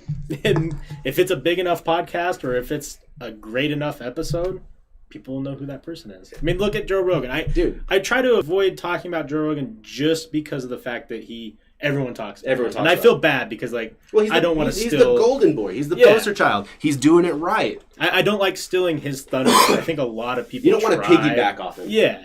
But how many people has Joe Rogan made? Oh, dude. Or at least, I don't want to say made because that's kind of disrespectful. But he's blown up. Blown up. Dude, how many comedians has Joe Rogan blown up? Just because Joe Rogan's a comic and liked them, brought them on his show. My favorite 2 comedians I know who you're talking right about. now. I know. Yeah. I know who you're talking about. Yeah, don't even have to talk about it. You don't even have to say it. You know, and it's just, it's crazy that podcasting has gotten to that point. I mean, because we've always had talk shows. We've always had radio shows and different things like that, but we've never had something where 2+ individuals can get together and just literally talk about anything without a restriction of like a higher company saying, hey, you can't talk about that. Yeah, like that's not approved. Right. You can literally talk about whatever the fuck you want. I mean, this podcast, we've talked about ghosts. We've talked about like crazy party stories. Your Dybbuk boxes. We're talking about business now. You know, it's like, it's just such a wide variety because people have such a wide variety of desires. I mean, and I totally agree. Like, some people have podcasts that are specific to one thing, true crime being a big one. Right? Yeah. Like, there's so many successful true crime podcasts. But I always tell people, like, if you're gonna pick a specific idea, by God, be the most passionate person about it that you know. Yeah. Because I think it does you a little injustice if you, for example, make a podcast about ghosts. Yeah. Right. But then when you get on there, you're like, yeah, ghosts are pretty cool. And then there's just nothing. But you don't know like anything. Yeah, like, you don't know the good stories. You have nothing to offer it. And I love podcasts like, you know, Joe Rogan or I Am Salt Lake City or like all these different ones because it's so variety. I can tune in one episode and it's like, okay, we're talking about Utah's medical marijuana and the growth that it's doing. Or Joe Rogan, we're talking about hunting. I never knew shit about hunting, and I had a shitty opinion about hunting until he had some hunters on there. And I'm Cameron Haynes. I was like, oh my God, it makes sense. I get why they do this now. Yeah, just, like, I love podcasts. And I remember when I first got into podcasts, it was Star Talk with Neil Tyson, man. Yeah. That was like my favorite podcast. That was like what turned me on to podcasts. Yeah. And then from there, it was just like, what else is there? You know? I was always a music guy. And I always tell my people that come to my coffee is like, redeem your time in your car. You know, rather than just listen to music all the time, I try to put on a podcast or something that, like, you know, at least half the time I have to listen to a podcast or something rather than just music. I can't, that's just a personal thing that I do, but yeah, just blew up from there. And I listen to all sorts of podcasts now about anything, you know, and a lot of motivational stuff, a lot of marketing stuff, a lot of business stuff, but that's just where my head is right these days. And, you know, obviously, you know, Joe and the normal ones. It's weird you brought that up because I recently just started doing something too. Like if I'm driving, no radio. Yeah. No radio. Because I started realizing like, because my commute's not long. Yeah. It's about 30 minutes from home and back. Like not bad. And from here to home, it's 10, 15, like nothing like that. But I've realized that just in that 45 minutes, I can work out a lot of shit in my head. Oh, dude. And it, like, because there's nothing to interrupt you. Like, obviously you have to focus on fucking driving, but... Once again, you were talking about those characteristics of, I call them high performers, the people that are successful. Very common. No radio. There's this guy that I just read something. I like Twitter a lot, and there's this guy on there who's a really cool entrepreneur, and he says, you want to level up? He goes, start by turning off the stereo when you start driving. He goes, and work out that shit in your head. He goes, that's step one to like leveling up. And I'm like, damn, dude, like you're so right. Because I'm just so conditioned. It's just like it's just natural to be like, oh man, I'm a music. And dude, I love music. I was a drummer in high school. Like I come from like the emo screamo, you know, 2000s. Like that was me. And I love music. Like I love all types of music. But I read a book by Aubrey Marcus. He owns On It. Okay. On It supplements. Yeah. Joe Rogan owns that too. It has a little piece of it. But anyways, Aubrey Marcus wrote a book called Own the Day. And it's a great book. I recommend everyone reading it. It basically, the whole premise is if you can have a perfect day, that's how you figure out how to have a perfect week, have a perfect month, a perfect year, but have one good day. How do you have a perfect day? And when and then he goes on to talk about when you're driving, even and you're commuting, how do you redeem the time? Are you just unplugging and but how do you really redeem the time?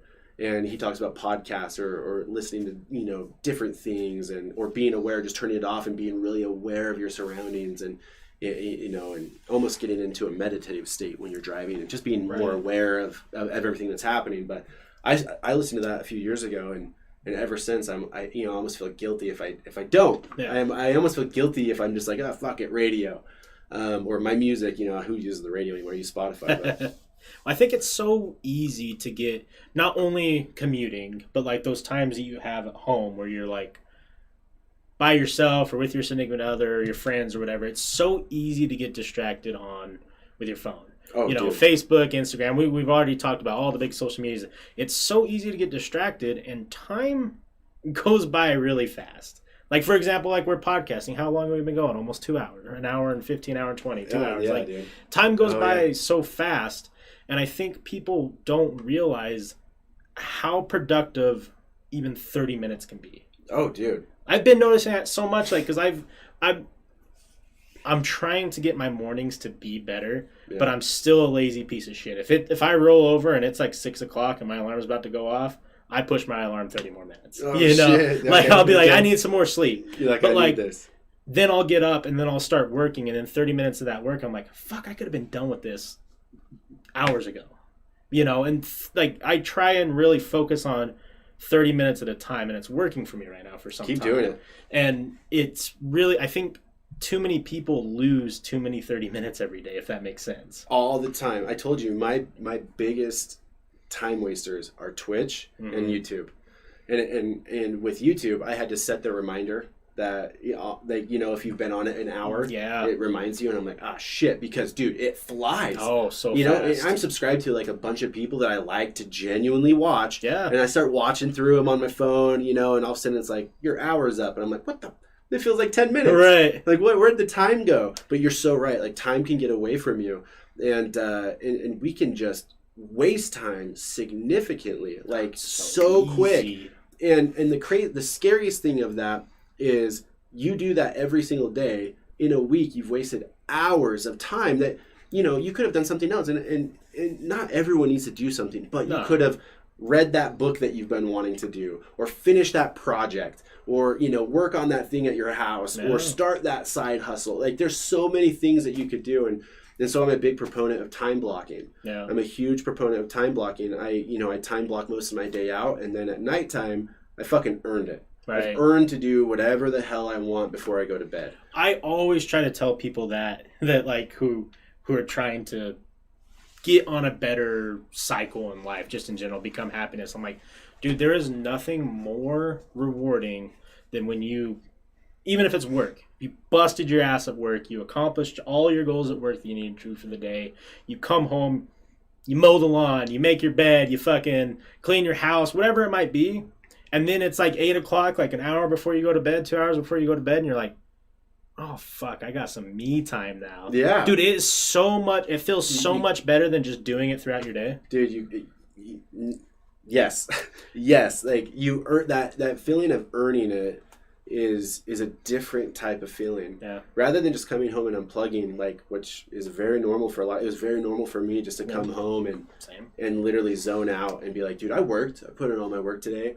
But then there's always seems to be those shit that I have to do at the house, whether it's laundry or grocery shopping or whatever it is.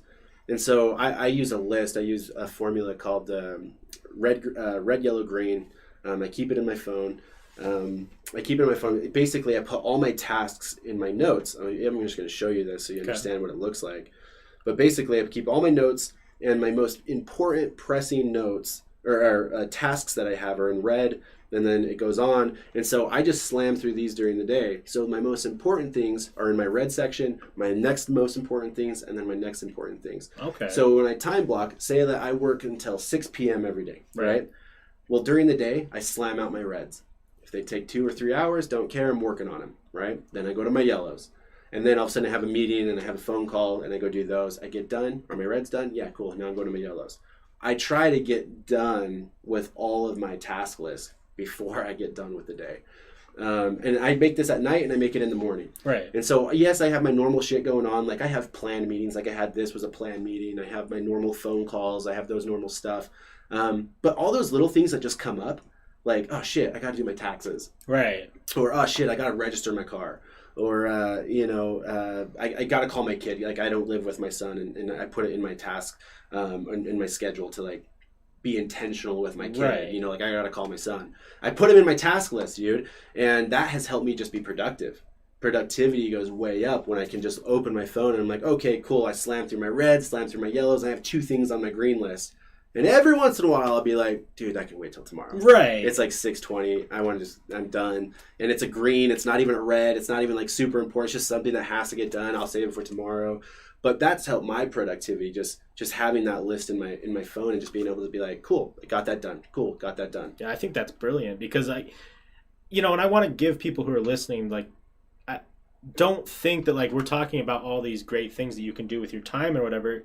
Doesn't mean it always happens. Oh, no, not at all. You know, and I think with podcasting and listening to people talk sometimes, like, it can get in listeners' heads like, oh, these guys are fucking like great at everything or like, perfect. Or oh no, dude, I suck. Fails happen so often. Mike Tyson, everyone has a plan until they get punched in the mouth. Yeah. And dude, life punches me in the mouth all the time. I've just learned how to be really consistent. Right. And so, dude, Monday I'll get punched in the face as hard as ever, and dude, my whole plans go out the fucking window. Yeah. But that doesn't mean I stop Tuesday, Wednesday, Thursday, Friday. No. I'm just right back on it, and I think that's the biggest thing that I can say is that I can honestly say I'm just really consistent with scheduling things. I'm really consistent with like sticking to a task list. I'm really consistent with like keeping a morning routine. That's what I can say about me.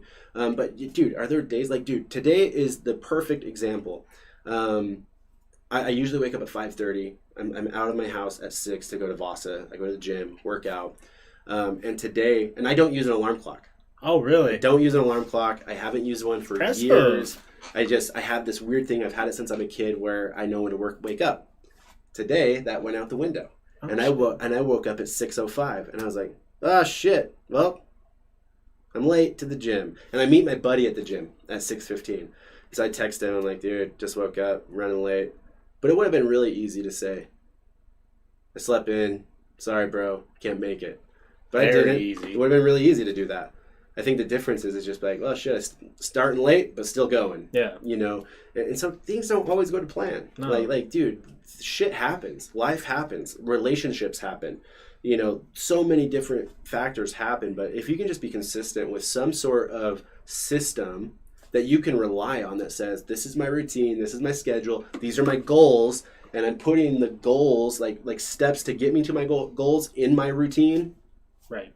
That's what you need. And I was talking about earlier, and it really kind of harkens back to it, is like, just because you're not seeing massive progress in whatever you're doing, if it's losing weight or if it's building a business or starting a podcast or whatever it might be, if you can see the small steps and you are taking those small steps and you stay consistency is key in everything. Everything in life. Like, you could be, if you work a 9 to 5 but you're consistent with it, there's going to be a point in time where that 9 to 5 will pay off. Oh, yeah, for sure. Whether that be now you're the general manager. They're going to recognize you. Yeah, 100%. Like, consistency is everything. And if you stick with it and you're proactive in your own life and your time management and you're really doing it to do it, like, because you can make an excuse. We could have not done this podcast. I could have sat at home and watched YouTube. Yeah. I could have called him or I could have messaged him. It's Friday night at 6 p.m. Right? Yeah, like, there's lots of shit going on. We could do a lot of different things right now. But, it's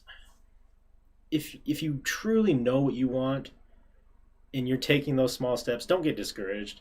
Like, because I know that in 2020 mental health is a big topic, right? Like, and I think everyone struggles with mental health in their own way. And I look at our brain and I compare it to a muscle, right? Yeah. Like, let's say I want the biggest fucking I want Arnold biceps, right? I can't go to the gym down the block and go get those right now. Yeah. I can't. Okay. But if I work out for like 15 years, I might be able to look in the mirror and be like, fuck, man, like, it's kind of Arnold-like, I'm getting there. Same thing with your brain. Like, if you're giving yourself these great opportunities and you're giving yourself, these small steps, at some point your mental health might catch up with you. And it, for sure. You know, I know it's easy to get down in the dumps, and it's so easy to fall into depression, and, you know, you just keep growing and keep strengthening. Oh, dude, when, you know, even if you talked to me 2 years ago, I love Dwayne "The Rock" Johnson. Yeah. I think he's one of the coolest guys on the planet. Yeah. And he's an entrepreneur. He's an actor. Dude, he owns businesses. He works out. Like, he does it all, right? He's Leonardo. Dude, he's just so cool. And if you would have asked me 2 years my thoughts on him, I would have told you, dude, that guy's a workaholic. Yeah. That guy is just such a workaholic. And what I've realized, especially after the last 2 years, man, is mindset and personal development is like karate. There's different belts to it. Yes. And as you progress, your capacity gets bigger. And so at first, you know, the things I've talked about is probably fucking exhausting for someone listening. Like, what? This guy fucking goes to bed at 10. He time blocks everything. He has a task list. He wakes up and goes to the gym. Like, that is exhausting. What a fucking workaholic. Like, right. I know there's someone listening right now that thinks I'm crazy, which is totally fine. I would have thought I was crazy too. Yeah. But it's like karate, man. Everyone has a white belt when they start. And if you can start with one thing, just one thing, and be really consistent at it, you can make big differences. And before long, you'll be a yellow belt. Yeah. And before long, a blue belt. You know, and you'll start working your way up, and you can add to your capacity because your skill set has increased. Right. You know, your discipline has increased. If you would have told me 10 years ago my lifestyle, I would have thrown up. I would have literally looked at you and been like, what? Like, no, like, so not possible. I would have told you it's not possible. Dude, I was 337 pounds, super fucking depressed, like, did nothing. Dude, I was embarrassing my eating habits. Like I would party all the time. I would drink all the time. I would not be able to wrap my head around who Morgan is today. And it literally just started, like, with one little things. Like here, I'm going to try this, and I'm going to be consistent at it. And then all of a sudden that was easy to do. And then it was the next thing and the next thing. And now I live a life where I try to be really productive, and I try to be really, I try to produce things, produce jobs, or produce content, or produce whatever it is. Right. And the lifestyle that I live now is really beneficial to that. It really helps those things. And so anyone listening, yeah, mental health, dude, there's been a time in my life where I've struggled with mental health. And I was super depressed, and I'm very vocal about mental health, and I tried hurting myself, and I ended up in a hospital, and I was super depressed. I was diagnosed with depression, and I was on all sorts of meds and stuff like that, and it was probably like one of the lowest points in my life. And what I can say is I'm not on any meds now, completely off meds. I haven't been on meds for anything for depression or anything. But it's because I built my mindset up, and I'm not trying to take away from chemical imbalances or real issues that people have, but there is a certain power and a certain confidence that comes when you work on your mindset, when you work on your personal development. That shit changes you. Absolutely. And you realize what you're capable of. And a lot of people don't realize that they're capable of hard shit. A lot of people don't realize that they're capable of greatness. A lot of people don't realize that they can do whatever they want, and things don't hurt as bad anymore when things happen. If someone came in right now and said, dude, your company just blew up, right? Like, you have no company. It just got sued, you're gone, whatever. Old Morgan would have been super depressed and been like, what am I going to do? Right. And, my mindset these days is like, well, that sucks. Let's go to the next one. Yeah. Like, what are we doing tomorrow to, like, do another company, But that takes time to get there. Yeah, absolutely. It takes time to just not care anymore, as in not worry about judgments of other people or have anxiety for the future, and just go to work, and that takes time to get there. But mindset, dude, it always comes back to you. It's always on you. You only have yourself. You can only count on yourself.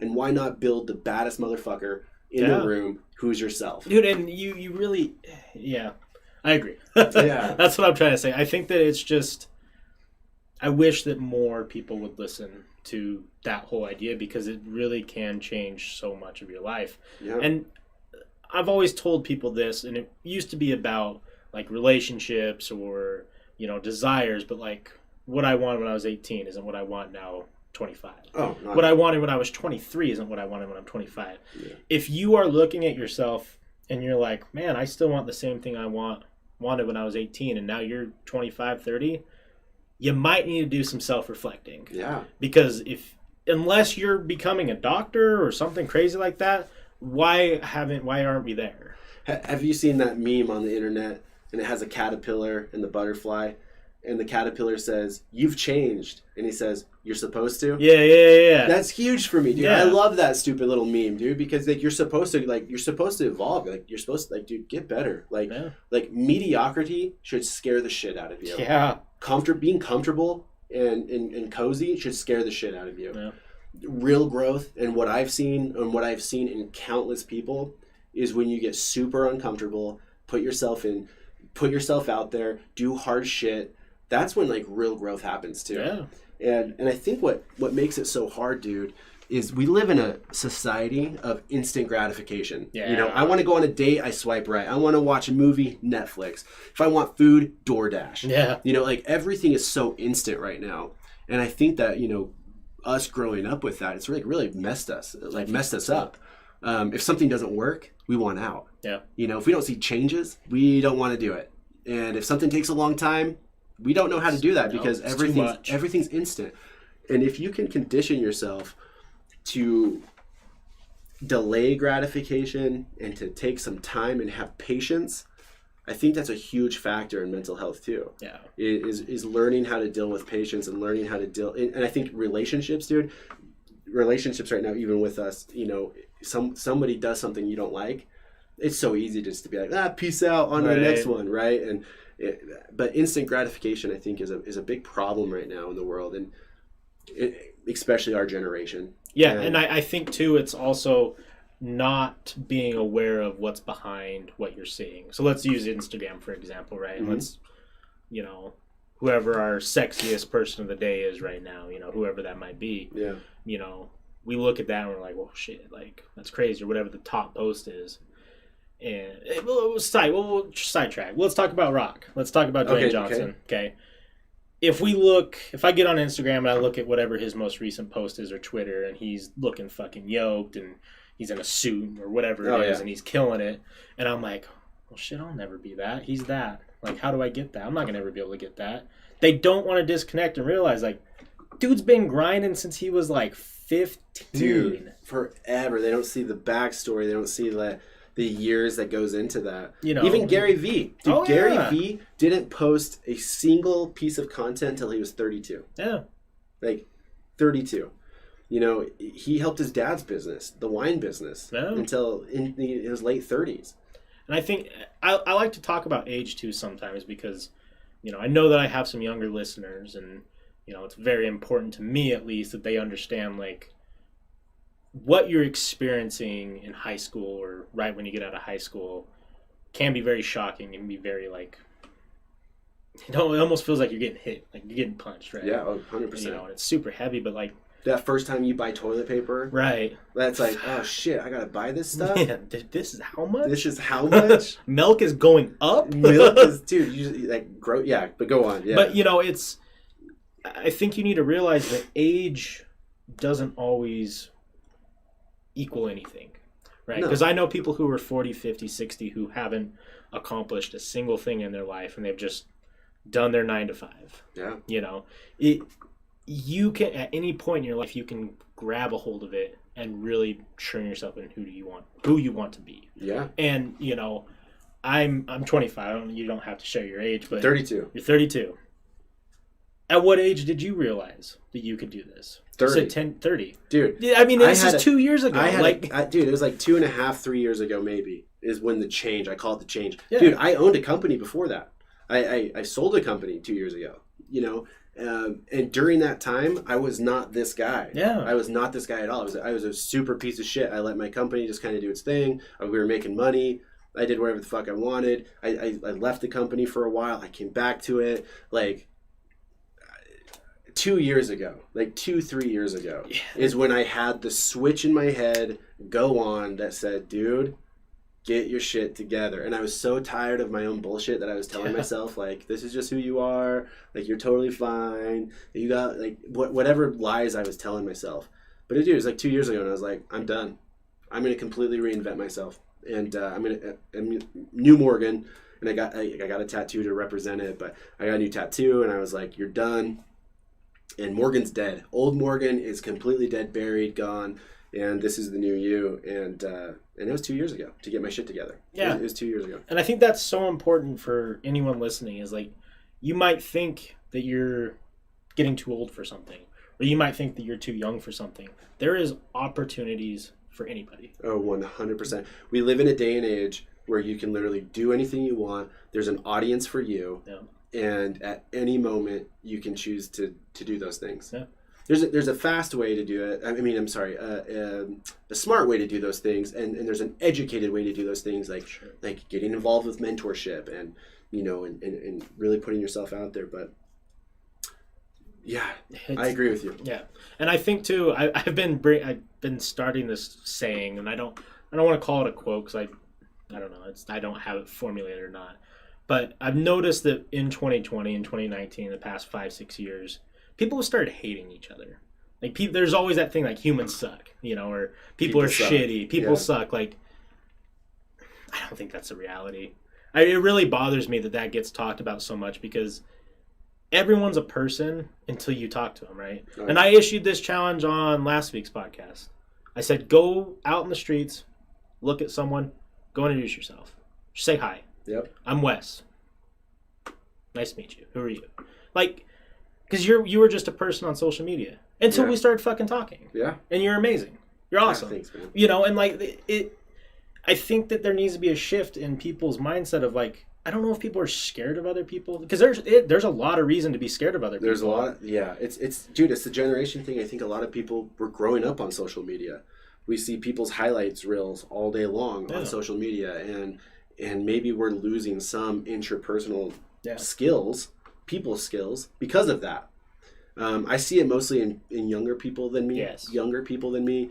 I do really well in business networking. I'm a social fucking person. I want to talk to everyone. Mm-hmm. I want to introduce myself. I'm a really social person, but I grew up that way. My parents were always, push me to go do things like that.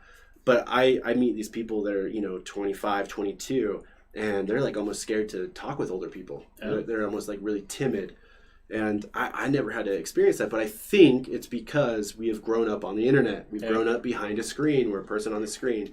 And it's really easy to, talk shit and kind of be your worst self online if you want to be. Yeah. With no repercussion. And in the real world, real life, if someone said something to me that was super demeaning, I'd want to punch them in the face. Right. But anyways, To meet people, I don't think people are as bad as they come off online. No. I don't think that people are dicks or anything like that. Like I said, I am part of so many networking groups alone where I deal with hundreds of people. Hundreds of different dudes. There's a networking space in every city from my house to Salt Lake. Wow. And I go to these all the time, and there's great people out there. Yeah. There are great humans out there that, I've had great experiences with their business, with who they are, with them supporting small business, all sorts of stuff. So, well, I think too, like it's so easy, and in the business world, right? Like you typically hear negative before you hear positive. Oh yeah, and I think that's with people too, and it's really disheartening for me because some of the reason why I'm here is because of other people. The reason why Wes is maturing at 25 still is because of other people. Sure, and I think that. Some of our younger generations are going to lose that. I think they're going to realize I'm afraid that they're going to think that the only way that I can do it is by myself. Now, that's not necessarily a bad thing. It's not bad to put everything on your back, but there is so much to be gained from just the other people in your peer circle. Oh, dude, I think being social is a very human thing to be, and you go back and you think about, our tribe. And who's in your tribe. I think it's really important to be a social person, especially if you're trying to start a business or a side hustle. Networking is a must. Yeah. It's an absolute must. It's free usually. You meet amazing people, and you're going to meet older people that have done what you're doing, and they're going to give you great advice. And so there's so much that goes into it. And I think, and a step away from business is getting involved in your community. Oh, yeah. And kind of like we talked about what Rhett's doing. And to getting involved with your community and saying, like, how can we help each other? How do we go back to those type of things to be better people? Of how do we lift everyone up? In my coffee group, I teach mindset, personal development. My saying is, as the tide rises, all ships rise. So as you get better, those around you get better as well. And I think that goes a long way in community or mindset or working, but whatever it is, and that's I think maybe a younger generation should not be so scared and really put themselves out there. Yeah. A lot of time it's fear. A lot of time it's fear of, I don't know as much as they do, or they're going to judge me, but you just gotta go. You just gotta do it. You just gotta suck at it. Yeah, and you'll get better. Right. I say that all the time, but you just gotta suck at it. But it's so true. You just gotta.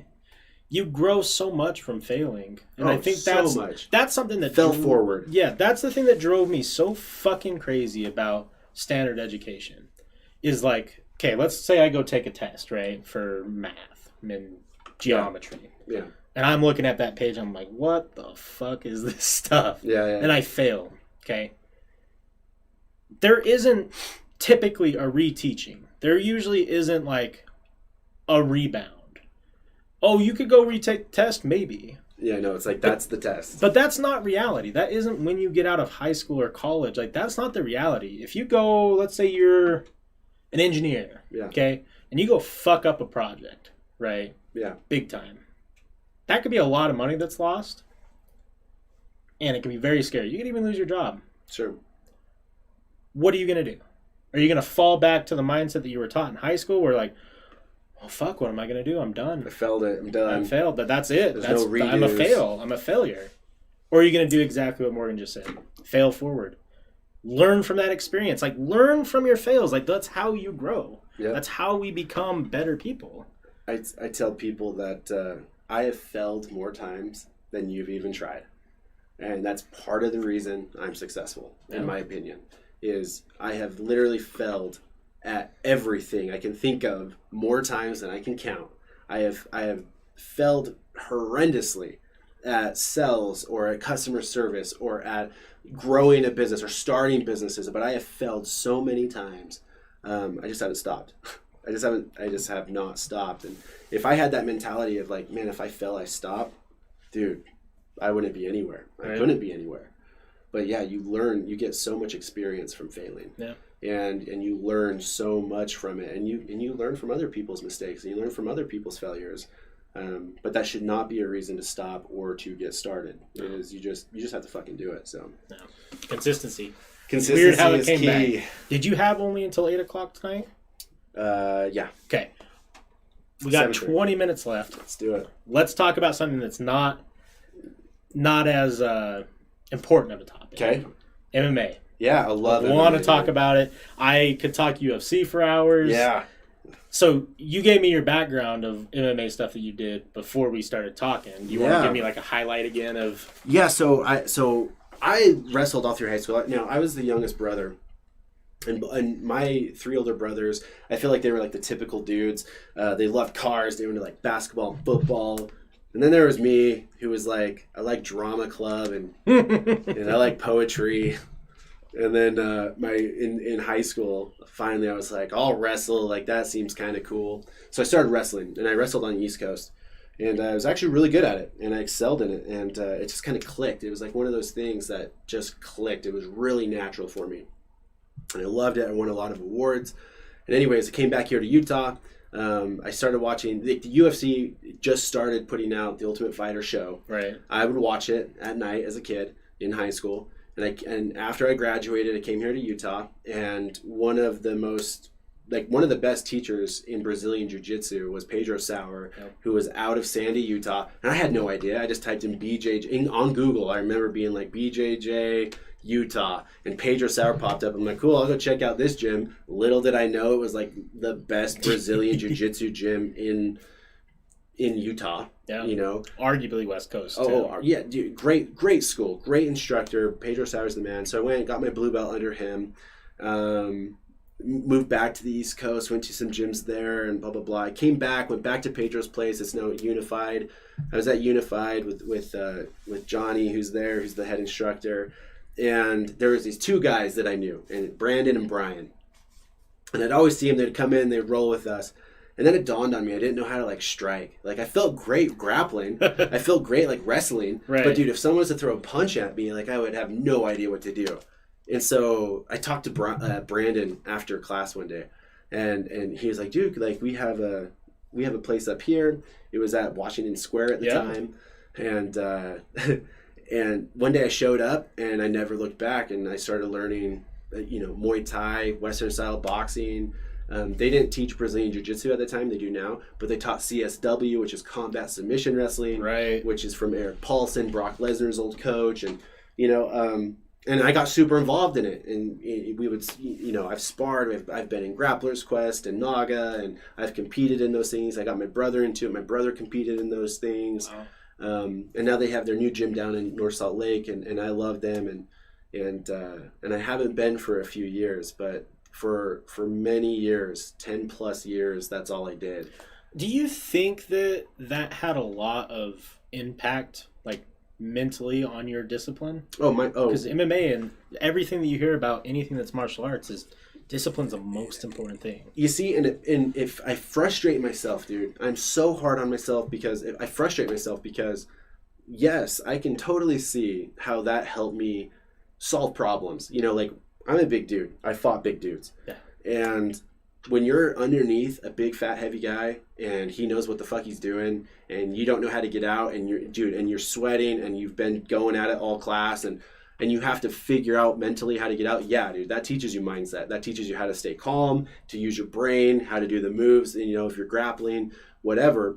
But yeah, and I look back and I said, dude, if I had this mindset now back then, I truly believe I could have been really, really, really good. Right. And I could have been a completely different person. But I'm in talks with him. I went back right before COVID and I was with him for a little bit, and then COVID happened, and so now they're doing Zoom classes. But when they open back up again, I'll be back down there. That's awesome. And I told him that. So, but yeah.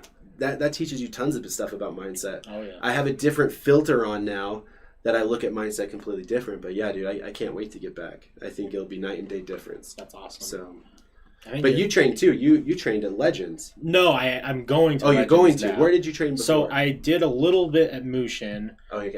My buddy is a boxer who's had multiple fights, so I was training kind of with him. What's his name?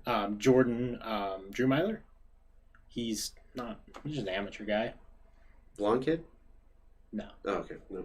I don't remember where he trained. He trained in Park City, and then he trained in, downtown there is, I feel bad that I don't remember his name. He's an older gentleman. He's been running a boxing gym for fucking oh, really? long time. He trained there for a while. I've bounced around, I don't know, to a couple different places. I was at the Ultimate Fighting Training Center. Yeah, Mike Stidham's. Yeah, for a little bit. Mike's a good guy too. I love it. Just because I grew up playing conventional sports. I did baseball. I did basketball. Kind of football. You can be as great of an athlete as you can, but when it's a team environment, you're only as strong as your weakest link. I mean, that's just how it is. Yeah. MMA, it's all on you. It's all on you. And that's what I loved about wrestling. Yeah. That's what I loved about MMA. That's literally why I wrestled. I remember, in wrestling that it's literally you against another person, and the best man wins. Yeah. And if he has your card, he has your card. And if you have a shitty night, he's capitalizing. And if they do, you're capitalizing. Yeah. And that was just such a big pull for me in the fight world, dude. And man, I love that stuff. And just because the mindset of it, and even just. I love it. That's all. I love it. I love that stuff. And you posted something about GSP. Oh, dude. That's GSP. I think people don't realize the magnitude that man is, even outside of the ring. Because in the ring, we see him and it's like, gee, he's the GOAT. He's the GOAT. He's dominant. Oh, dude. But then you look at his life and you're like, oh, he is literally just awesome across the board. I mean, he owns, like 3 or 4 businesses. Yeah, dude. He's worth millions that he earned not from MMA. Yep. God, and there's a lot of those guys. Yeah. There's a lot of, like, Connor, dude. Connor's a smart businessman. Brilliant. He's a brilliant business guy. There's a lot of people like that in the fight world. The good guys, the people that are the smart people, diversify, right? But yeah, like, dude, if you're a fighter, you're a fighter. There's something in you that calls to you. It's primal and it's masculine to me, and I like that shit. So I would love to have a non-character conversation with Connor. Yeah, because like just to get to know him. He's a character, right? Yeah. Like the Connor that we see, I think, has been created to make him money, right? Yeah. I want to know what Connor is like on a Monday morning when it's 6 a.m. and he's waking up. Did you watch Notorious on Netflix? I haven't. You need to watch that documentary. It's about Connor. Okay. And it's amazing. It's a great kind of behind the scenes Connor. Is he always on like he is, or is it? A lot of the time he is. Interesting. But he's just a funny, chill dude. Like one of my favorite scenes in that documentary is where he reads a quote on his phone, and he's like, "Who's that?" And like people are guessing. He's like, "Oprah," and dude, he's just like this funny guy, and he talks about stuff, and it's a great perspective about Connor and kind of like his life and stuff. But it's a great documentary. It pumped me up. It'll pump you up for fighting even more. Oh, that's what I want. It'll pump you up. So I'm excited. But yeah, MMA was super fun. There's just something that goes with knowing how to defend yourself in a fight. Like I used to be married. I was married for like 4 years, and I used to tell my wife at the time, like, it's a confidence thing, like if we were walking down the road and someone was like, do something, I feel so confident of like at least not getting like super hurt. Right. Like I feel really confident on like not getting super hurt if someone was to like attack me, or attack you or whatever. Right. And I like that confidence. I like that feeling of just, being safe or prepared. And that was a driving factor for me for a while. And of course it's a great workout and you feel great, but and I think too, so much confidence comes from it. Oh yeah. Well, and on top of the fact that just, I'm not going to use names just out of respect, but I heard recently that I had a peer who actually got jumped randomly in the street by 2 gentlemen. Like it was not provoked. There was no reason behind it, and he got beat up pretty badly. And his wife was there too, and like I don't believe they did anything to her, but stuff like that happens, man. Stuff like that happens, and I don't know. I haven't talked to this gentleman for a while, so I don't know if maybe he had taken classes or not, but just knowing how to basically defend yourself. Just basic fundamentals can make the biggest difference, and even especially with all the stuff going on with cops right now. Sorry, I'm going to bring it up. No. But I think every officer should have to be like trained. Brazilian Jiu-Jitsu trained. Yeah. Like it's the best hand-to-hand self-defense there is. How to maintain, like how to, what's it called? Like restrain someone, how to, it's just the best. It's the best out there. Well, and you learn very easily that there's a time frame of when you can choke somebody. Yeah.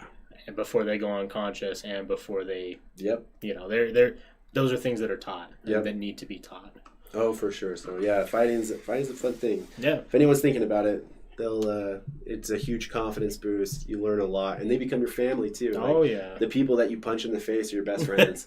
And if you're thinking like, oh well, I'm not the most athletic type, I'm not going to do anything like that. Oh no. Jiu-jitsu, easy pitch for you. It's chess with your body. Yeah, and you're laying on the ground. You're not running. Yeah. You're laying on the ground, right? If you're not in shape, like, hey, guess what? You get to lay on the ground. So yeah. That's a fun sport. Yeah, jiu-jitsu is I shouldn't say 100%, but jiu-jitsu is mind over everything. Like, oh, dude. In the moment, like you got to know where arms are going, where legs are going, where body weight's going. Like it's weird because it becomes second nature for sure. Yeah. And I remember there, just like like in my head, I remember in my Brazilian Jiu-Jitsu or CSW career, it's weird because all of a sudden you feel the level up. And you'll be rolling and you'll have to like think like, okay, my leg goes here, my arm goes there. And then you're rolling one day and all of a sudden it just does it. And you're just all of a sudden like in this flow state and you're like, oh shit, I'm leveling up. Yeah. And that's a really cool feeling too. But yeah, it's definitely it's definitely mental. Definitely mental. And one of the most humbling experiences you can have as a man, as a woman, as anything in your life, is when you roll with someone who's a bad motherfucker. Oh, dude, I'll tell you a story. DJ Randy says all cops should have a blue belt. I completely agree with you. They should go through Gracie Combatives. Yeah. Gracie Combatives is a great program for any cop, any officer. They all should know that how to restrain and how to defend themselves in a very safe manner. But totally agree with you. I was a state wrestler. Walked into Pedro's place, and they paired me up with this dude that was probably half my size, had glasses on, looked like freaking Poindexter, like super short hair, I was like, oh damn, I'm gonna kill this kid. And at the end of the class, there's open rolling, you're rolling, and he takes off his glasses and we start rolling, and that dude humbled me more than anybody's ever humbled me on the mats before. And I was trying to go all quick and fast, and he just used everything against me and was arm barring me and choking me out every 20 seconds. And it was like the biggest piece of humble pie. And I remember at the end of it, I shook his hand, I smiled, and I was like, dude, I never thought you would be able to do that. And he just goes, just slow down, buddy. It's not wrestling. And I was like, damn. And he just called me out on my shit. So I got beat up by a 120-pound woman before. Oh, dude. That was the moment in time where I'm like, I am not a hard ass. Come on now. What am I thinking? Dude, I've rolled with some black belts. I've rolled with some female black belts, and it's the most terrifying feeling in the world to just be manhandled by a 130-pound woman. It's also a weird feeling, because I've rolled with one black belt in my life. It was so scary. Oh, dude, it's so scary because it's a completely different experience. I was maybe halfway to a blue belt, so I was very inexperienced, right? Yeah. And I just wanted for fun. Yeah. I couldn't move. There was nothing that I did that wasn't immediately bad for me. Dude, it's just terrifying. It's literally survival. Yeah. You just have to survive. I felt like the only thing that was going to help is if I just dead fish and don't move. Yeah, just what? I felt like every movement I did, it was just a trap. Yeah, dude. And I've been in that situation more times than not. Brian and Brandon are both black belts. Yeah, they're so good. They're so talented. So for this last little 5 minutes, why don't you pitch stuff that you're working on? Tell me where people can find you, where people can reach out, where people can be involved, everything that you're doing. I'd say the top 3 things is I'm super social on social media, Instagram, Facebook. Instagram's the Morgan McKell, Facebook Morgan McKell. You can follow me on there. I do have a social media company, Monarch Social. We build websites, we do paid ads, we do a ton of videography, have a whole production team that's super cool. And that's one of my companies. You can follow Monarch Social if you want. Next Level Humans is where I do business consulting and mindset coaching. So if there's people out there that don't know where to get started with mindset, I'm a mindset coach. I would love to help you with some personal development and set some goals with you and give you some tips and tricks and things to read that would definitely help people. I also run a coffee meeting every Monday morning. It's totally free. It's at 8 a.m. We're meeting up in Layton right now. We were in Salt Lake, but now we're in Layton. But we have a Facebook group called Next Level Nation, and I teach personal development and mindset. Totally free. Come hang out for an hour and a half and meet other people, meet entrepreneurs and whatever. And that's what I'm doing. So reach out if you have questions. Yeah. Guys, do it. It's so worth your time. I mean, even this 2 hours, I felt like I've grown more than I have in the past 3 weeks. Yeah, and if you have questions, or dude, if you ever want to, throw shit my way, you have my number, and we'll talk shop. Yeah, and we'll get going. I definitely appreciate that because I'll take you up on it. And I appreciate you for having me. I really, it's really cool stuff. I love supporting small business. I love supporting young, hungry people, and this is a cool podcast, and I've watched it. I participate on Twitch, and I'm like, oh shit, I get notifications when you go live, and so just keep grinding it out, keep having fun, and thanks for having me. Yeah, no, thank you, everyone watching, either here live or on the other Spotify, iTunes, iHeartRadio. Thank you for finally taking the podcast for some reason. It's because it rocks, but I'm glad you guys realized that. Super rocks. If you guys, I'll make sure there's links in the descriptions on everything for if you want to go follow And yeah, thank you. Go reach out, meet someone new again. It's still your challenge. I haven't had anyone come and tell me. Get uncomfortable. Get uncomfortable. One way or the other. Take that first step. If you need help, you can message me. Hell yeah. I'll help. Hell yeah. Take care, everybody. Goodbye.